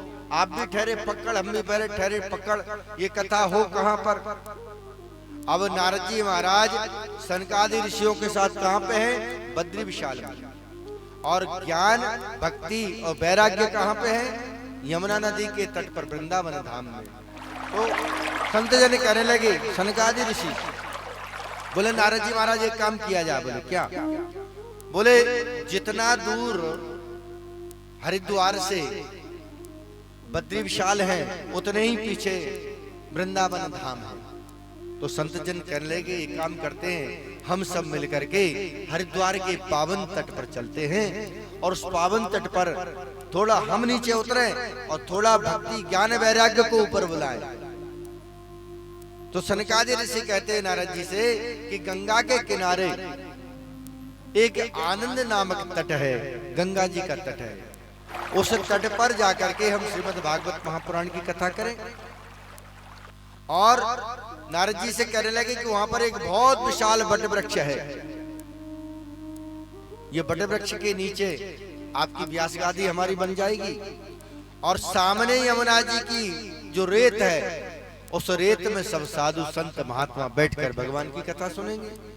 तो न पांडाल लगाने की जरूरत, न बिछात करने की जरूरत। और वो सनकादि ऋषि कहते हैं नारद जी महाराज उस वट वृक्ष के नीचे खूब अच्छा एक चबूतरा बना है, तो अलग से आपको तखत भी लगाने की जरूरत नहीं है। उसी चबूतरे पर आसन बिछा करके हम आपको भगवान की कथा सुनाएंगे। अब जब ये बात पता लगी संतों को कि सनकादि ऋषि भगवान की मंगलमयी कथा कहने जा रहे हैं, भक्ति ज्ञान वैराग्य, ज्ञान और वैराग्य के बुढ़ापे को दूर करने के लिए भगवान की कथा हो रही है, तो महाराज चारों तरफ ये बात की चर्चा फैल गई। बड़े बड़े संत, बड़े बड़े अमलात्मा, बड़े बड़े पहुंचे हुए महापुरुष भगवान की कथा सुनने के लिए दौड़े चले आए। भगवान की कथा है ही ऐसी मंगलमयी, भगवान की कथा ऐसी है ही सुखदाई, जिसको महाराज चराचर जगत के प्राणी तो सुनते ही हैं महाराज, इसको तो प्रकृति भी सुनती है, इसको तो वृक्ष भी सुनते हैं, क्योंकि भगवान का नाम बड़ा प्यारा है, भगवान का नाम बड़ा प्रिय है। और श्रीमद् भागवत महापुराण की कथा में भगवान के नाम की महिमा। अच्छा, श्रीमद् भागवत महापुराण की कथा में भगवान की कथा तो है ही है, साथ में भक्तों की कथा भी है। तो भगवान की कथा जब हम भगवान को सुनाते हैं तो भगवान तो प्रसन्न होते ही है, लेकिन जब भक्त की कथा हम भगवान को सुनाते हैं तो भगवान बड़े प्रसन्न होते हैं, क्योंकि भक्त से भगवान जो है ना बहुत प्रसन्न रहते हैं। और भगवान ने कहा है कि मुझसे बड़ा मेरा भक्त है। आज आप हनुमान जी महाराज को देख लो, हमारे यहाँ विराजे हनुमान जी महाराज, स्वयं प्रकट हनुमान जी महाराज, आप लोगों के तो बगल में ही दर्शन करते रहते होंगे आप। कितने दिव्य स्वरूप है हनुमान जी महाराज का। आप देखिए भगवान की भक्ति करते करते हनुमान जी महाराज ने किसकी भक्ति की? राम जी की। और राम जी की भक्ति करते करते आज की तारीख में महाराज भगवान से ज्यादा भक्त पूज गए। क्यों? हनुमान जी महाराज राम जी के भक्त हैं। आज देख लो आप, गांव गांव शहर शहर में जितने मंदिर हनुमान जी महाराज के हैं उतने मंदिर राम जी के नहीं है। इसलिए भक्त ज्यादा महत्वपूर्ण है। भगवान को प्रसन्नता होती है भक्त की कथा को सुन करके। तो ये श्रीमद् भागवत महापुराण की कथा महाराज प्रत्येक जीव जंतु स्थावर जंगम सुनना चाहता है और अपने जीवन में सुख को प्राप्त करना चाहता है। नारद जी महाराज पहुंच गए आनंद नामक उस तट पर, कल कल निनादनी मां गंगा के तट पर, जहां पर गंगा बह रही है, निर्मल गंगा बह रही है। गंगा जी की महिमा का कहां तक वर्णन किया जाए महाराज। और गंगा के तट पर पहुंचकर भगवान की कथा, आहा, अमृत प्राप्त हो जाता है। पिछले वर्ष हमको ये सौभाग्य मिला, सप्तर्षि घाट पर हमने श्रीमद् भागवत महापुराण की कथा कहने का, सुनाने का सौभाग्य प्राप्त हुआ। जीवन धन्य हो जाता है महाराज ऐसे शुभ कर्म करके। अच्छा, एक बात आप लोग ध्यान रखना, जब आप यहाँ से कथा सुनकर जाओ तो घर जाकर फालतू की बातें मत करना। 2 मिनट भगवान के सामने बैठना और भगवान के सामने बैठकर दोनों नेत्र बंद करना और दोनों नेत्र बंद करके भगवान से ये बात करना कि भगवान आज हमने कितना अच्छा कार्य किया। आप जब अंतरात्मा आपकी आपको क्या कहेगी कि बहुत बढ़िया काम किया तुमने, बहुत बहुत धन्यवाद तेरे, क्योंकि भगवान की कथा सुन करके जीवन धन्य हो जाता है महाराज। तो नारद जी महाराज ने उस आनंद नामक तट पर शनकादि ऋषियों को सुंदर आसन बिछा करके विराजमान किया। बड़े बड़े संत अमलात्मा आए और बैठ करके महाराज भक्ति माता को आमंत्रित किया गया, जो वृंदावन धाम में यमुना के तट पर है। भक्ति माता पधारी, एक आसन ज्ञान को मतलब रखा, एक वैराग्य को रखा और एक आसन स्वयं भक्ति को रखा। और प्रधान यजमान श्रोता बन करके नारद जी महाराज बैठे। प्रधान श्रोता बन करके नारद जी महाराज बैठे। नारद जी महाराज ज्ञान और वैराग्य के बुढ़ापे को दूर करने के लिए आज संतों के साथ बैठकर सत्संग कर रहे हैं। देखिए, जीवन में संग का बड़ा महत्व है। जैसा आप साथ करोगे वैसा आपके जीवन में होने लगेगा। अगर आपने किसी महापुरुष का साथ पकड़ लिया, किसी संत की शरण पकड़ ली, तो संत क्या करेंगे? रोज आपको भगवान का भजन करना सिखा देंगे। भैया रोज जाओ, हनुमान चालीसा का पाठ करो, रामायण का पाठ करो, सुंदरकांड का पाठ करो। आपने महाराज जी का साथ पकड़ लिया, रोज महाराज जी आपको आरती में बुला लेंगे 12 बजे। रोज 12 बजे पंचारती होती, आ जाओ भैया। और आपने किसी शराबी का साथ पकड़ लिया तो शराबी क्या कहेगा? शाम को आपको बुला लेगा, आ जाओ, और पहले खुद पैसे दे के पिलाएगा और बाद में वो आपसे पीने लगेगा। इसलिए संग का बड़ा महत्व है, संग का बड़ा महत्व। इसलिए ऐसे लोगों का साथ करो, ऐसे लोगों का संग करो जो आपको भगवान की भक्ति की ओर ले जाए, भगवान के भजन की ओर ले जाए। इसलिए तो कहा गया है महाराज कि संतन के संग लाग रे तेरी अच्छी बनेगी, संतन के संग लाग रे दोनों हाथों से ताली से बनेगी।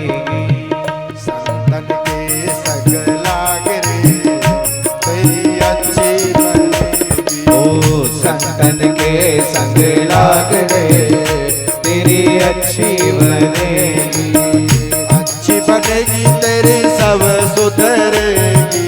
ओ अच्छी बनेगी तेरी सब सुधरेगी, अच्छी बनेगी तेरी सब सुधरेगी।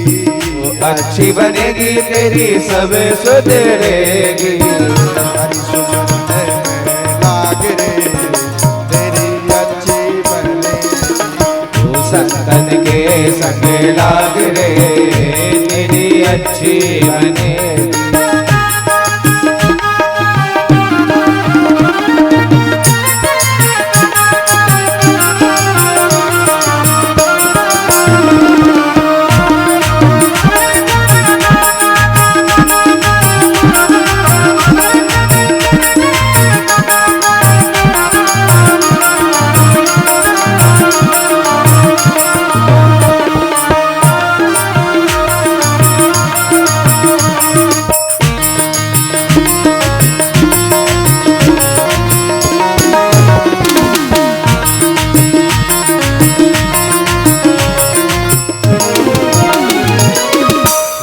की बन गई प्रहलाद जी की बन गई, ध्रुव जी की बन गई प्रहलाद जी की बन गई। ध्रुव जी की बन गई प्रहलाद जी की बन गई।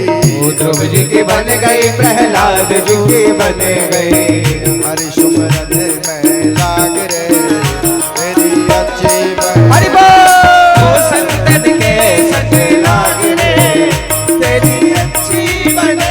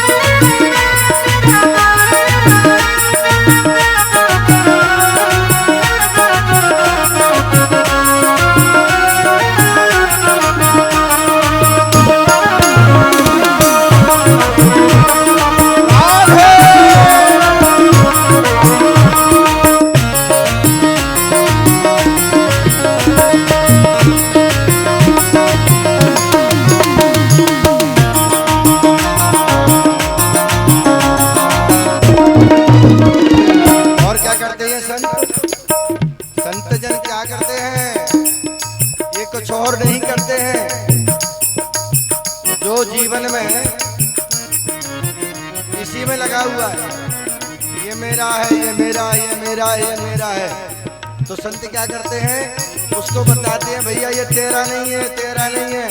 बोले किसका है? बोले ये तो भगवान का है। आदमी जीवन भर क्या करता है? काऊ काऊ काऊ। तो संत जन क्या करते हैं? कागा से तो ये हंस बनावे, कागा से तो है हंस बनावे, कागा से तो ये हंस बनावे, कागा से तो है हंस बनावे। मिट जाए सारे पाप रे तेरी अच्छी बनेगी, ओ संगत के संगे लाग रे तेरी अच्छी बनेगी।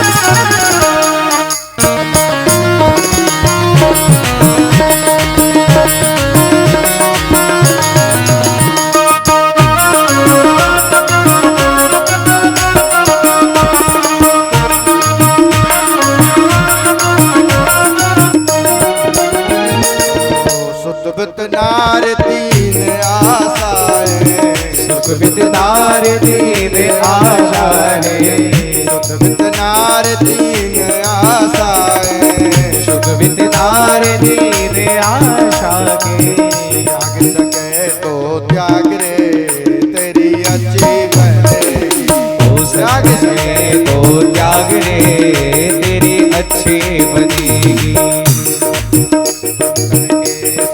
लाग रे तेरी अच्छी बनेगी, ओ संतन के सके लाग रे तेरी अच्छी बनेगी।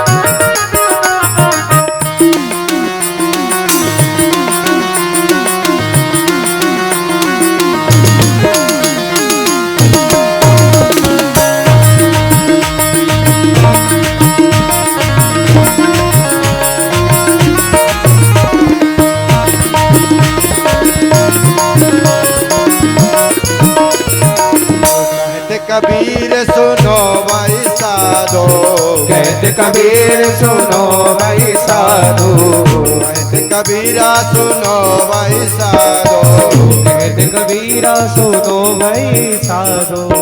हरि सुमरन में सार रे तेरी अच्छी बनेगी, ओ हरि सुमिरत में साध रे तेरी अच्छी बनेगी। संतन के सगे लाग रे तेरी अच्छी बनेगी, संतन के सगे लाग रे तेरी अच्छी बनेगी। अपने हाथ बोलो राधे राधे राधे राधे राधे राधे, वृंदावन में राधे राधे, वृंदावन में राधे राधे, बंसीवट में श्री हरिदास में, श्री हरिदास में बोलो राधे राधे। हमें हाथ उठा कर कहते हैं हमें हो गए राधा रानी के, हमें हाथ उठा कर कहते हैं हम हो गए राधा रानी, ओ हमें वृंदावन में कहते हैं, हमें वृंदावन में कहते हैं, हमें कुछ गलत में कहते हैं, हमें बरसाने में कहते हैं हम हो गए राधा रानी, हमें हाथ उठा कर कहते हैं हमें हो गए राधा रानी के।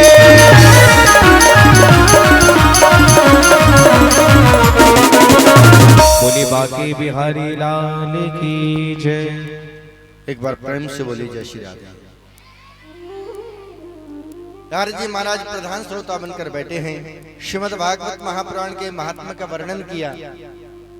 फिर सनकादि ऋषियों ने कहा कि महाराज श्रीमद् भागवत महापुराण की कथा जीवित मनुष्य का उद्धार तो करती ही है, मरने के बाद यदि भूत प्रेत पिशाच कोई बन जाए तो उसका भी उद्धार कर देती है। नारद जी महाराज ने प्रश्न किया, महाराज ऐसी कोई कथा होगी जो आप बताएं? तो सुनाते हैं महाराज कि एक तुंगभद्रा नदी के तट पर एक उत्तम नामक नगर है। उत्तम नामक नगर में एक आत्मदेव नामक ब्राह्मण रहता है। वह ब्राह्मण भगवान का बड़ा भक्त है, भगवान की भक्ति करता, भगवान की सेवा करता, भगवान का भजन करता, त्रिकाल संध्या करने वाला। उसके घर में सब कुछ आनंद है। उसकी पत्नी जो है ना, जिसका नाम है धुंधली, उस पत्नी का आचार विचार श्रेष्ठ नहीं है महाराज। और घर जब होता है ना, घर स्वर्ग कब बनता है? जब घरवाली अच्छी हो। देख सब लोग पहले ही बोले, जब तक घर की जो गृह लक्ष्मी है, इसलिए तो उनको गृह लक्ष्मी कहा। अब महाराज घर को अगर स्वर्ग बनाना है तो वो भी माताओं के हाथ में है, और घर को नरक बनाना है वो भी माताओं के हाथ में। धुंधली महाराज उसके आचार विचार सही नहीं है। आत्मे ब्राह्मण के घर में सब कुछ है, खूब धन संपत्ति है, सब कुछ है, लेकिन घर में संतान नहीं है। और संतान ना होने से आत्मे ब्राह्मण बड़े दुखी रहते हैं। घर में तुलसी का पौधा लगाते सूख जाता, घर में गौ माता है वो भी बांझ है, उसको भी कोई संतान नहीं है। अब महाराज वो बड़ा दुखी रहता, दुखी होकर घूमता रहता। एक दिन की बात है, आत्मे ब्राह्मण तुंगभद्रा नदी के तट पर बैठे बैठे रुदन करने लगे, रो रहे। उधर से संत जन एक पधारे।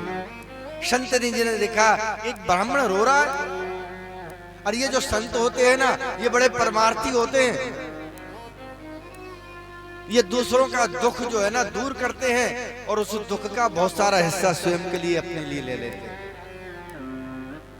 लेकिन आशीर्वाद देते हैं कि इनकी शरण में जो आया उसका कल्याण हो। संत जी पहुंच गए उस ब्राह्मण के पास में, और संत सोच रहे हैं कि हो सकता है ये ब्राह्मण जो है ना भगवत प्राप्ति के लिए रुदन कर रहा हो। अरे कई लोग होते हैं भगवान को प्राप्त करने के लिए रोते हैं, और वास्तव में देखा जाए तो भगवान को प्राप्त करने के लिए जो सच्चा भक्त होता है उसको रोना चाहिए। और याद रखिए, आपको भी जब भगवान की कथा सुनते हुए, भजन करते हुए, भजन गाते हुए अगर अश्रु आए तो समझिए आपके ऊपर भगवान की कृपा हो रही है। तो संत जी ने सोचा कि ब्राह्मण हो सकता है भगवान को पाने के लिए रो रहा हो। पहुंच गए और जाकर पूछा हालचाल। आत्मे ब्राह्मण ने अपनी सारी बात बताई और कहा कि प्रभु मेरे सब कुछ है मेरे घर में, लेकिन मुझे संतान नहीं है। संत जी ने कहा कि मैंने सोचा ये भगवान के लिए रो रहा होगा, लेकिन ये तो संसार के लिए रो रहा है। और ये सोच रहा है कि इसको इसका पुत्र सुख देगा, और ये संतान इसको सुख देगी।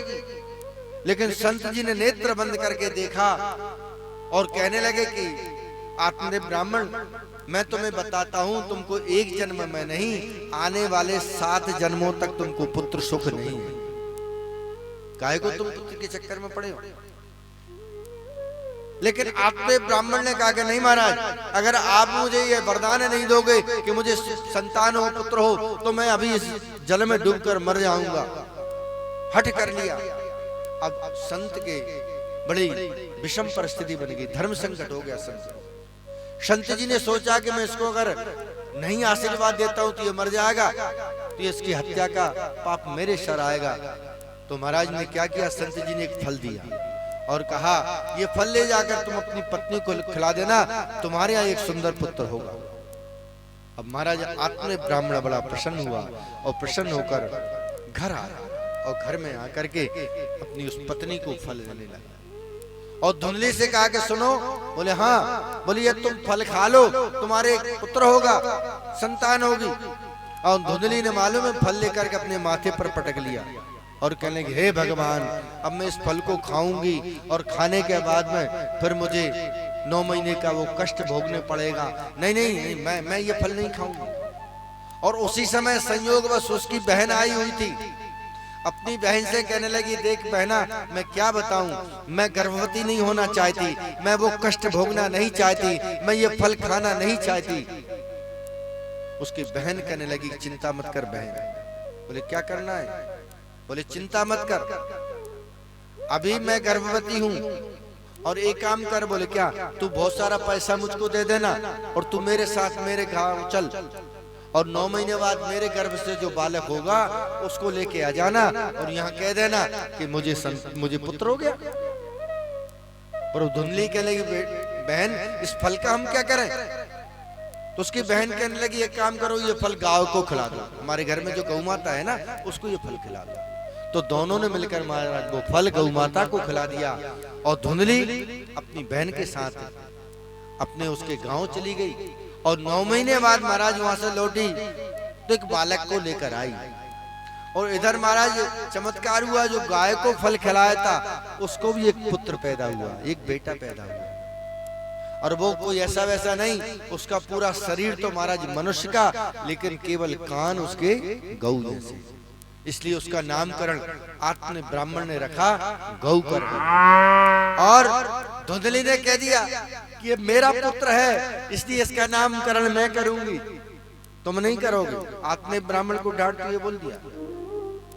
आत्म ब्राह्मण कह लगे, ठीक है देवी, तुम तुम्हारे हिसाब से इसका नामकरण करो। तो धुंधली ने अपने पुत्र का नाम रखा धुंधकारी। धुंधकारी। अब वो धुंधकारी महाराज बचपन से ही महादुष्ट, ऐसी दुष्टता करता महाराज बचपन से ही। आपने देखा होगा पूत के लक्षण कहाँ पते लगते हैं? पूत के लक्षण पालने में ही पता लग जाता है।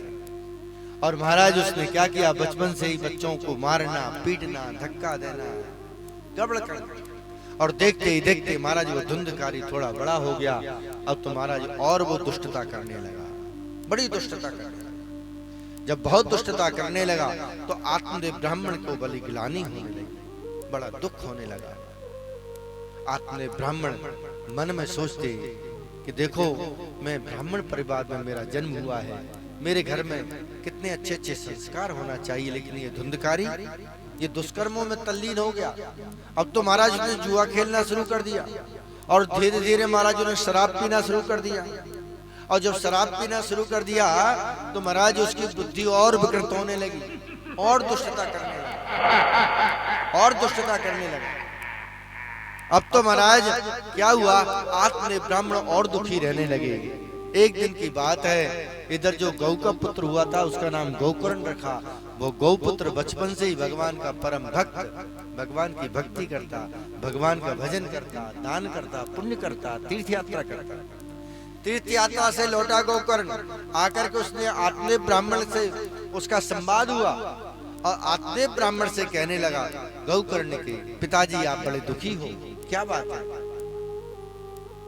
आत्मदेव ब्राह्मण कहने लगे कि मैं क्या बताऊं बेटा तुमको, ये जो मेरा पुत्र है धुंधकारी, इसने मेरे स्वर्ग जैसे घर को नरक बना रखा है। रात में 2-2 बजे आता है और आकर के अगर कदाचित तुझसे मैं पूछ लूं तो कहता है कि तुम बूढ़े हो गए हो, तुमको मति तुम्हारी ठीक नहीं है, हम जो करते हैं सो अच्छा करते हैं। बड़ी विडंबना है महाराज, जिन बच्चों को हम बचपन में जब बोलना नहीं जानते हैं, जब बोलना नहीं सीखते हैं, तब हम उनको बुलवाते हैं ना, बच्चा बोलो पापा कहते हैं ना। छोटे छोटा जब बच्चा होता है ना और थोड़ा बड़ा होता तो बोलना सीखता है, तो उसे कहने बोलो पापा, मम्मा, मम्मी, तो कितना प्रसन्नता होती है। जिस बच्चे को हम बोलना सिखाते हैं, जिस बच्चे को बात करना सिखाते हैं, वही बच्चे महाराज बुढ़ापे में हमको चुप करना सिखाते हैं। वही बच्चे जिनको हमने बोलना सिखाया, वही बुढ़ापे में कहते हैं, अरे तुम में दिमाग नहीं है, चुप रहा करो, तुम बहुत ज्यादा बड़बड़ करते हो, चुपचाप बैठे रहो। जिन बच्चों को हमने बोलना सिखाया, वही बुढ़ापे में हमको चुप रहना सिखाते हैं। यही विडंबना है महाराज संसार। आत्मदेव ब्राह्मण कहते हैं कि मैं करूं तो करूं क्या, मैं जाऊं तो जाऊं कहां। गौकर्ण महाराज ने जो ज्ञान दिया है महाराज, वो संसार को महाराज स्वीकार करने वाला है। गौकर्ण महाराज कहते हैं कि पिताश्री, सबसे बड़ी विडंबना यही है संसार की, कि संसार जिसको सुख मान के चल रही है, वास्तव में वही सबसे बड़ा दुख है। वही सबसे बड़ा दुख है। हम ये सोच के चलते ना, मेरा बेटा, मेरी बेटी, मेरी पोती, मेरा पोता, मेरा ये, मेरा वो।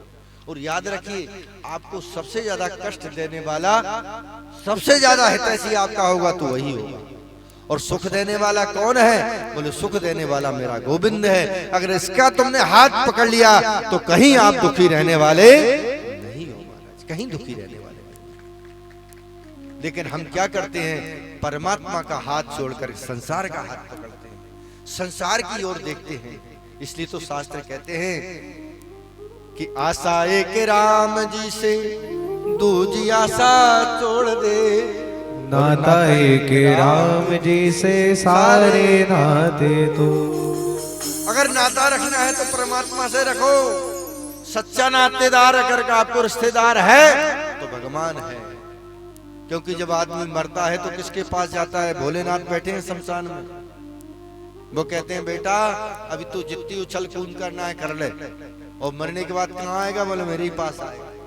जाना कहाँ है हमको? बोले परमात्मा की शरण में। लेकिन हम प्रेम किससे बना के बैठे हैं? हम अपनी आत्मा को हमारे परिवार में, हमारे इस दुनिया के झंझटों में हम अपने जीवन को खपा रहे हैं। लेकिन श्रीमद् भागवत महापुराण की कथा कहती है कि नाता रखना है तो मेरे गोविंद से रखो, परमात्मा से रखो। आपने ब्राह्मण से कहने लगे, पिताश्री सबसे बड़ी समस्या यही है, आपने सोचा आपका बेटा आपको सुख देगा, लेकिन महाराज संसार में सुख देने वाला कोई नहीं है महाराज। ये जितने भी नाते हैं, जितने भी रिश्ते हैं, सब स्वार्थ के हैं। जिस दिन स्वार्थ समाप्त हो जाएगा उस दिन नाते रिश्तेदार भी सब समाप्त हो जाएंगे। लोग पूछेंगे आप कैसे हैं, लोग पूछेंगे आपसे कि आप कैसे हैं। बोले कब तक? बोले जब तक आपकी जेब में पैसे हैं। पैसे खत्म, दोस्ती खत्म। इसलिए आत्म ब्राह्मण को आत्मबोध हुआ, छोड़ करके महाराज तीर्थ यात्रा पर चले गए आत्म ब्राह्मण। धुंधकारी अब और स्वतंत्र हो गया। धुंधकारी ने क्या किया? अब तो और दुष्टता करने लगा वो। उसने अपने घर में महाराज 5-5 वेश्याएं रख ली।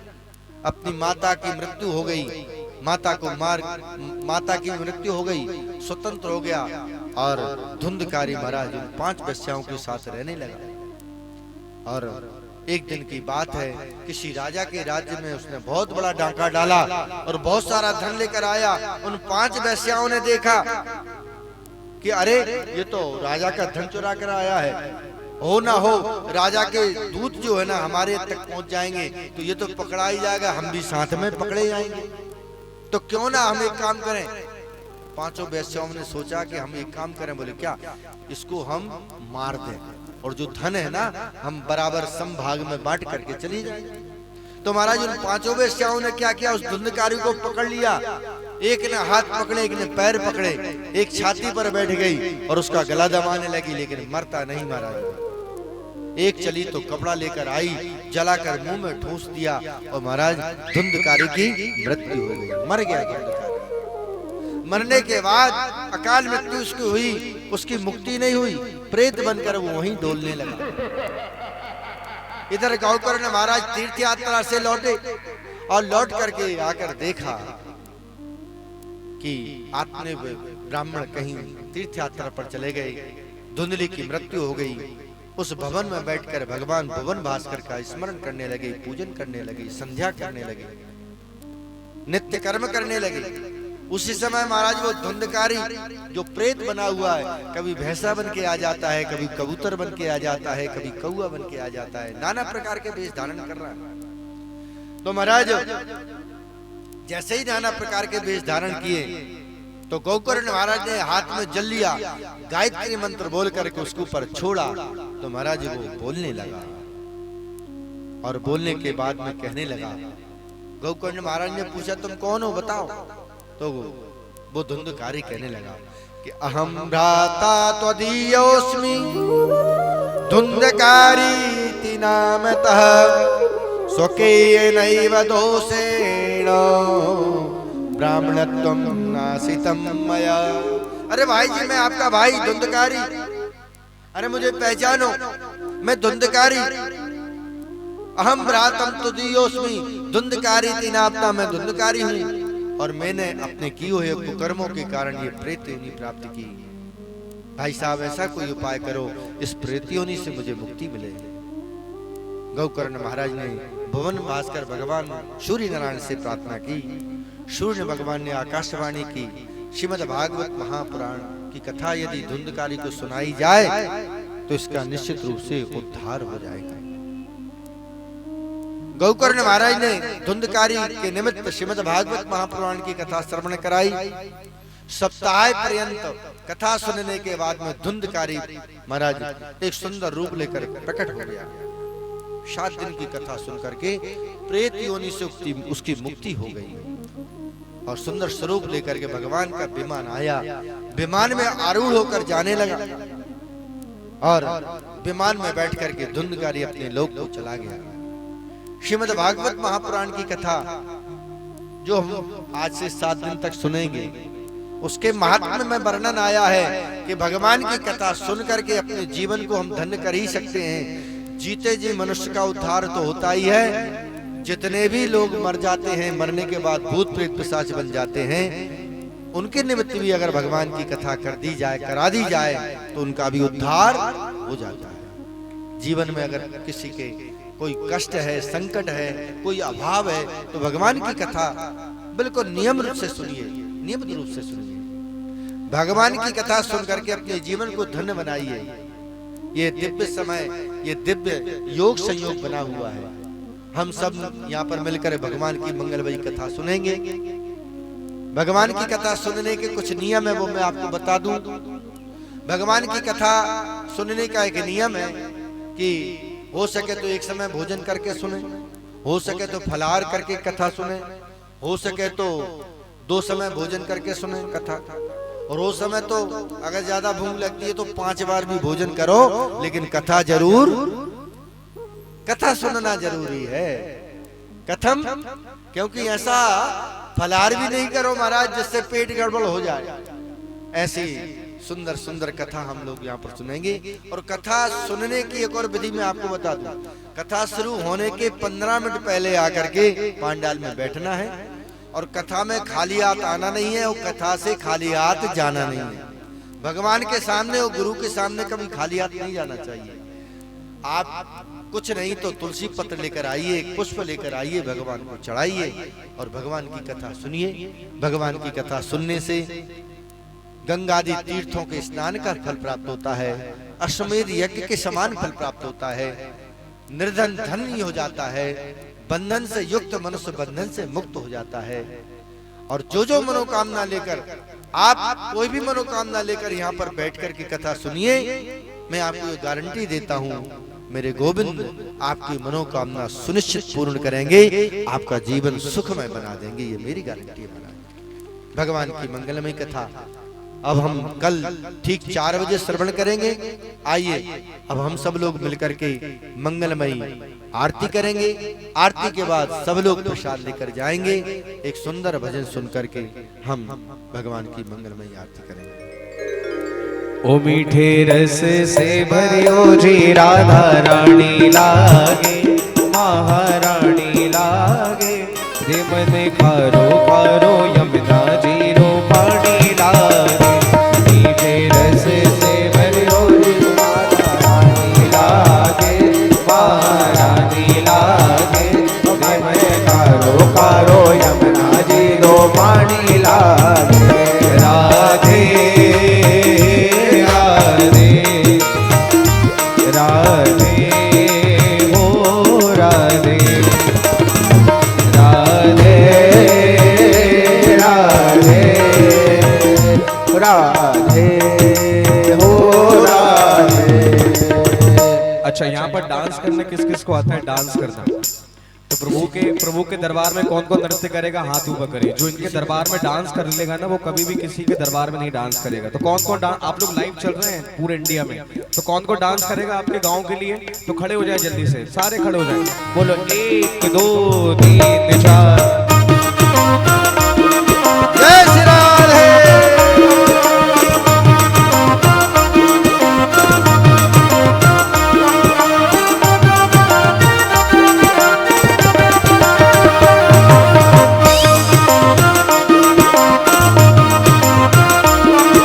यमुना मैया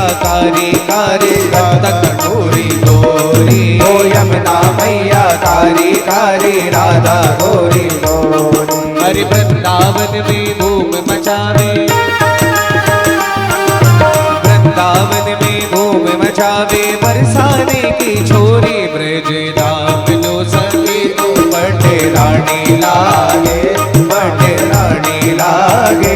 रे मन खारो खारो यमुना जीरो पानी लागे, मीठे रस से भरियो जी राधा रानी लागे, आह रानी लागे। रे मन खारो खारो यमुना जीरो पानी लागे।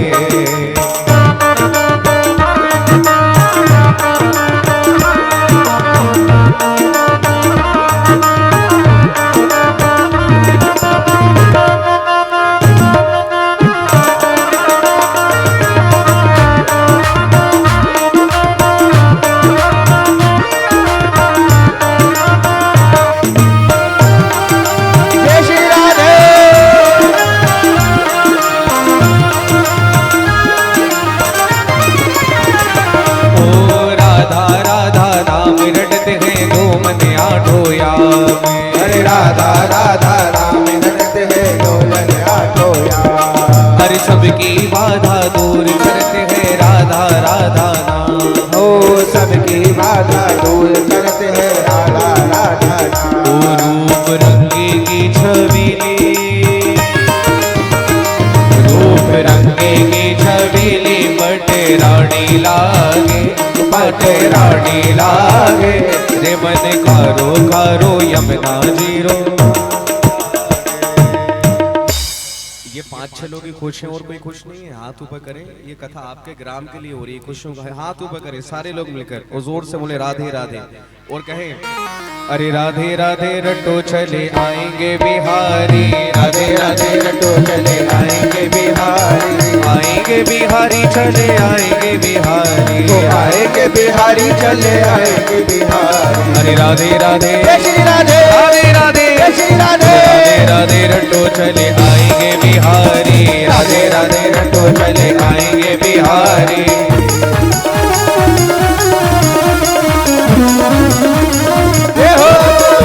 अरे राधा राधी चंदा चकोर है बिहारी, राधा राधी चंदा चकोर है बिहारी, राधा राधी चंदा चकोर है बिहारी, राधा राधी चंदा चकोर है बिहारी। बोलो राधे राधे राधे राधे राधे राधे राधे राधे जब वो चले आएंगे बिहारी, राधे राधे रटो चले आएंगे बिहारी। वृंदावन में राधे राधे बंसीवट में श्री हरिदास में हमें हाथ उठा कर कहते।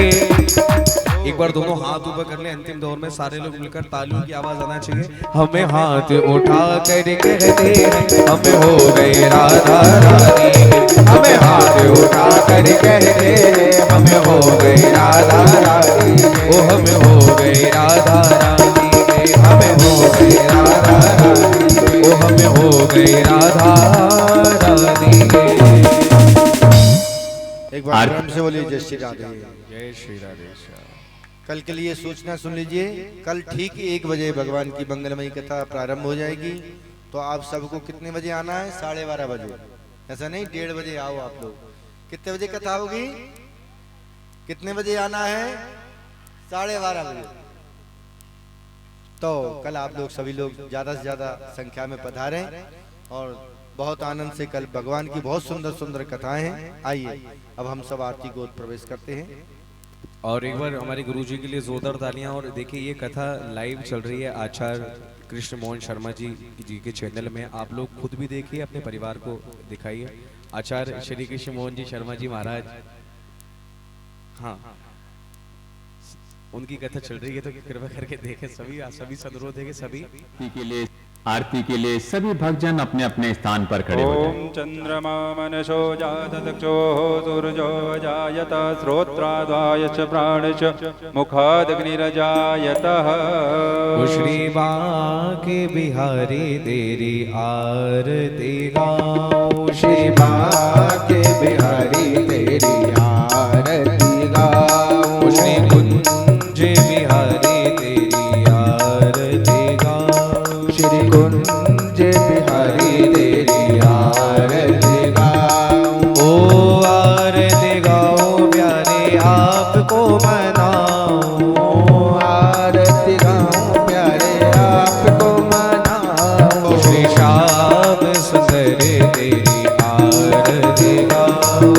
श्याम सुंदर तेरी आरती गाओ।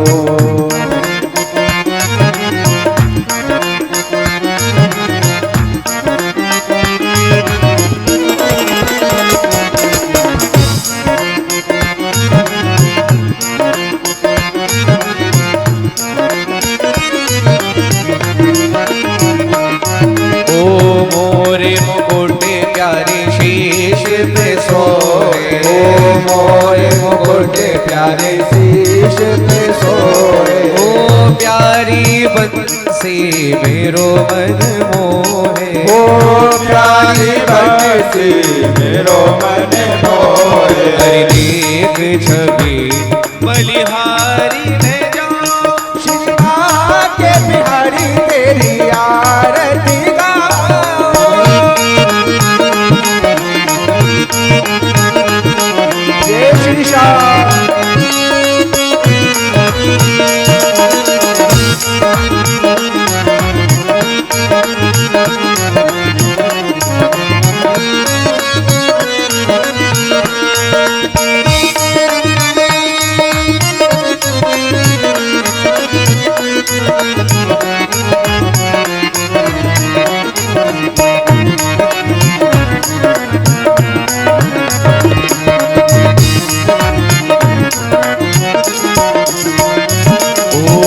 चरणों से निकली है गंगा प्यारी। ओ चरणों से निकली है गंगा प्यारी। ओ जिसने सारी दुनिया तारी। ओ जिसने सारी दुनिया तारी। ओ मैं उन्हीं चरणों के दर्शन पाऊं। श्री के बिहारी तेरी आरती दास अनाथ के नाथ आप हो। दास अनाथ के नाथ आप हो। सुख दुख जीवन प्यारे साथ आप हो। सुख दुख जीवन प्यारे साथ आप हो। हरि हरि चरणों के दर्शन पाऊं। शिवा के बिहारी तेरी आरती गाओ।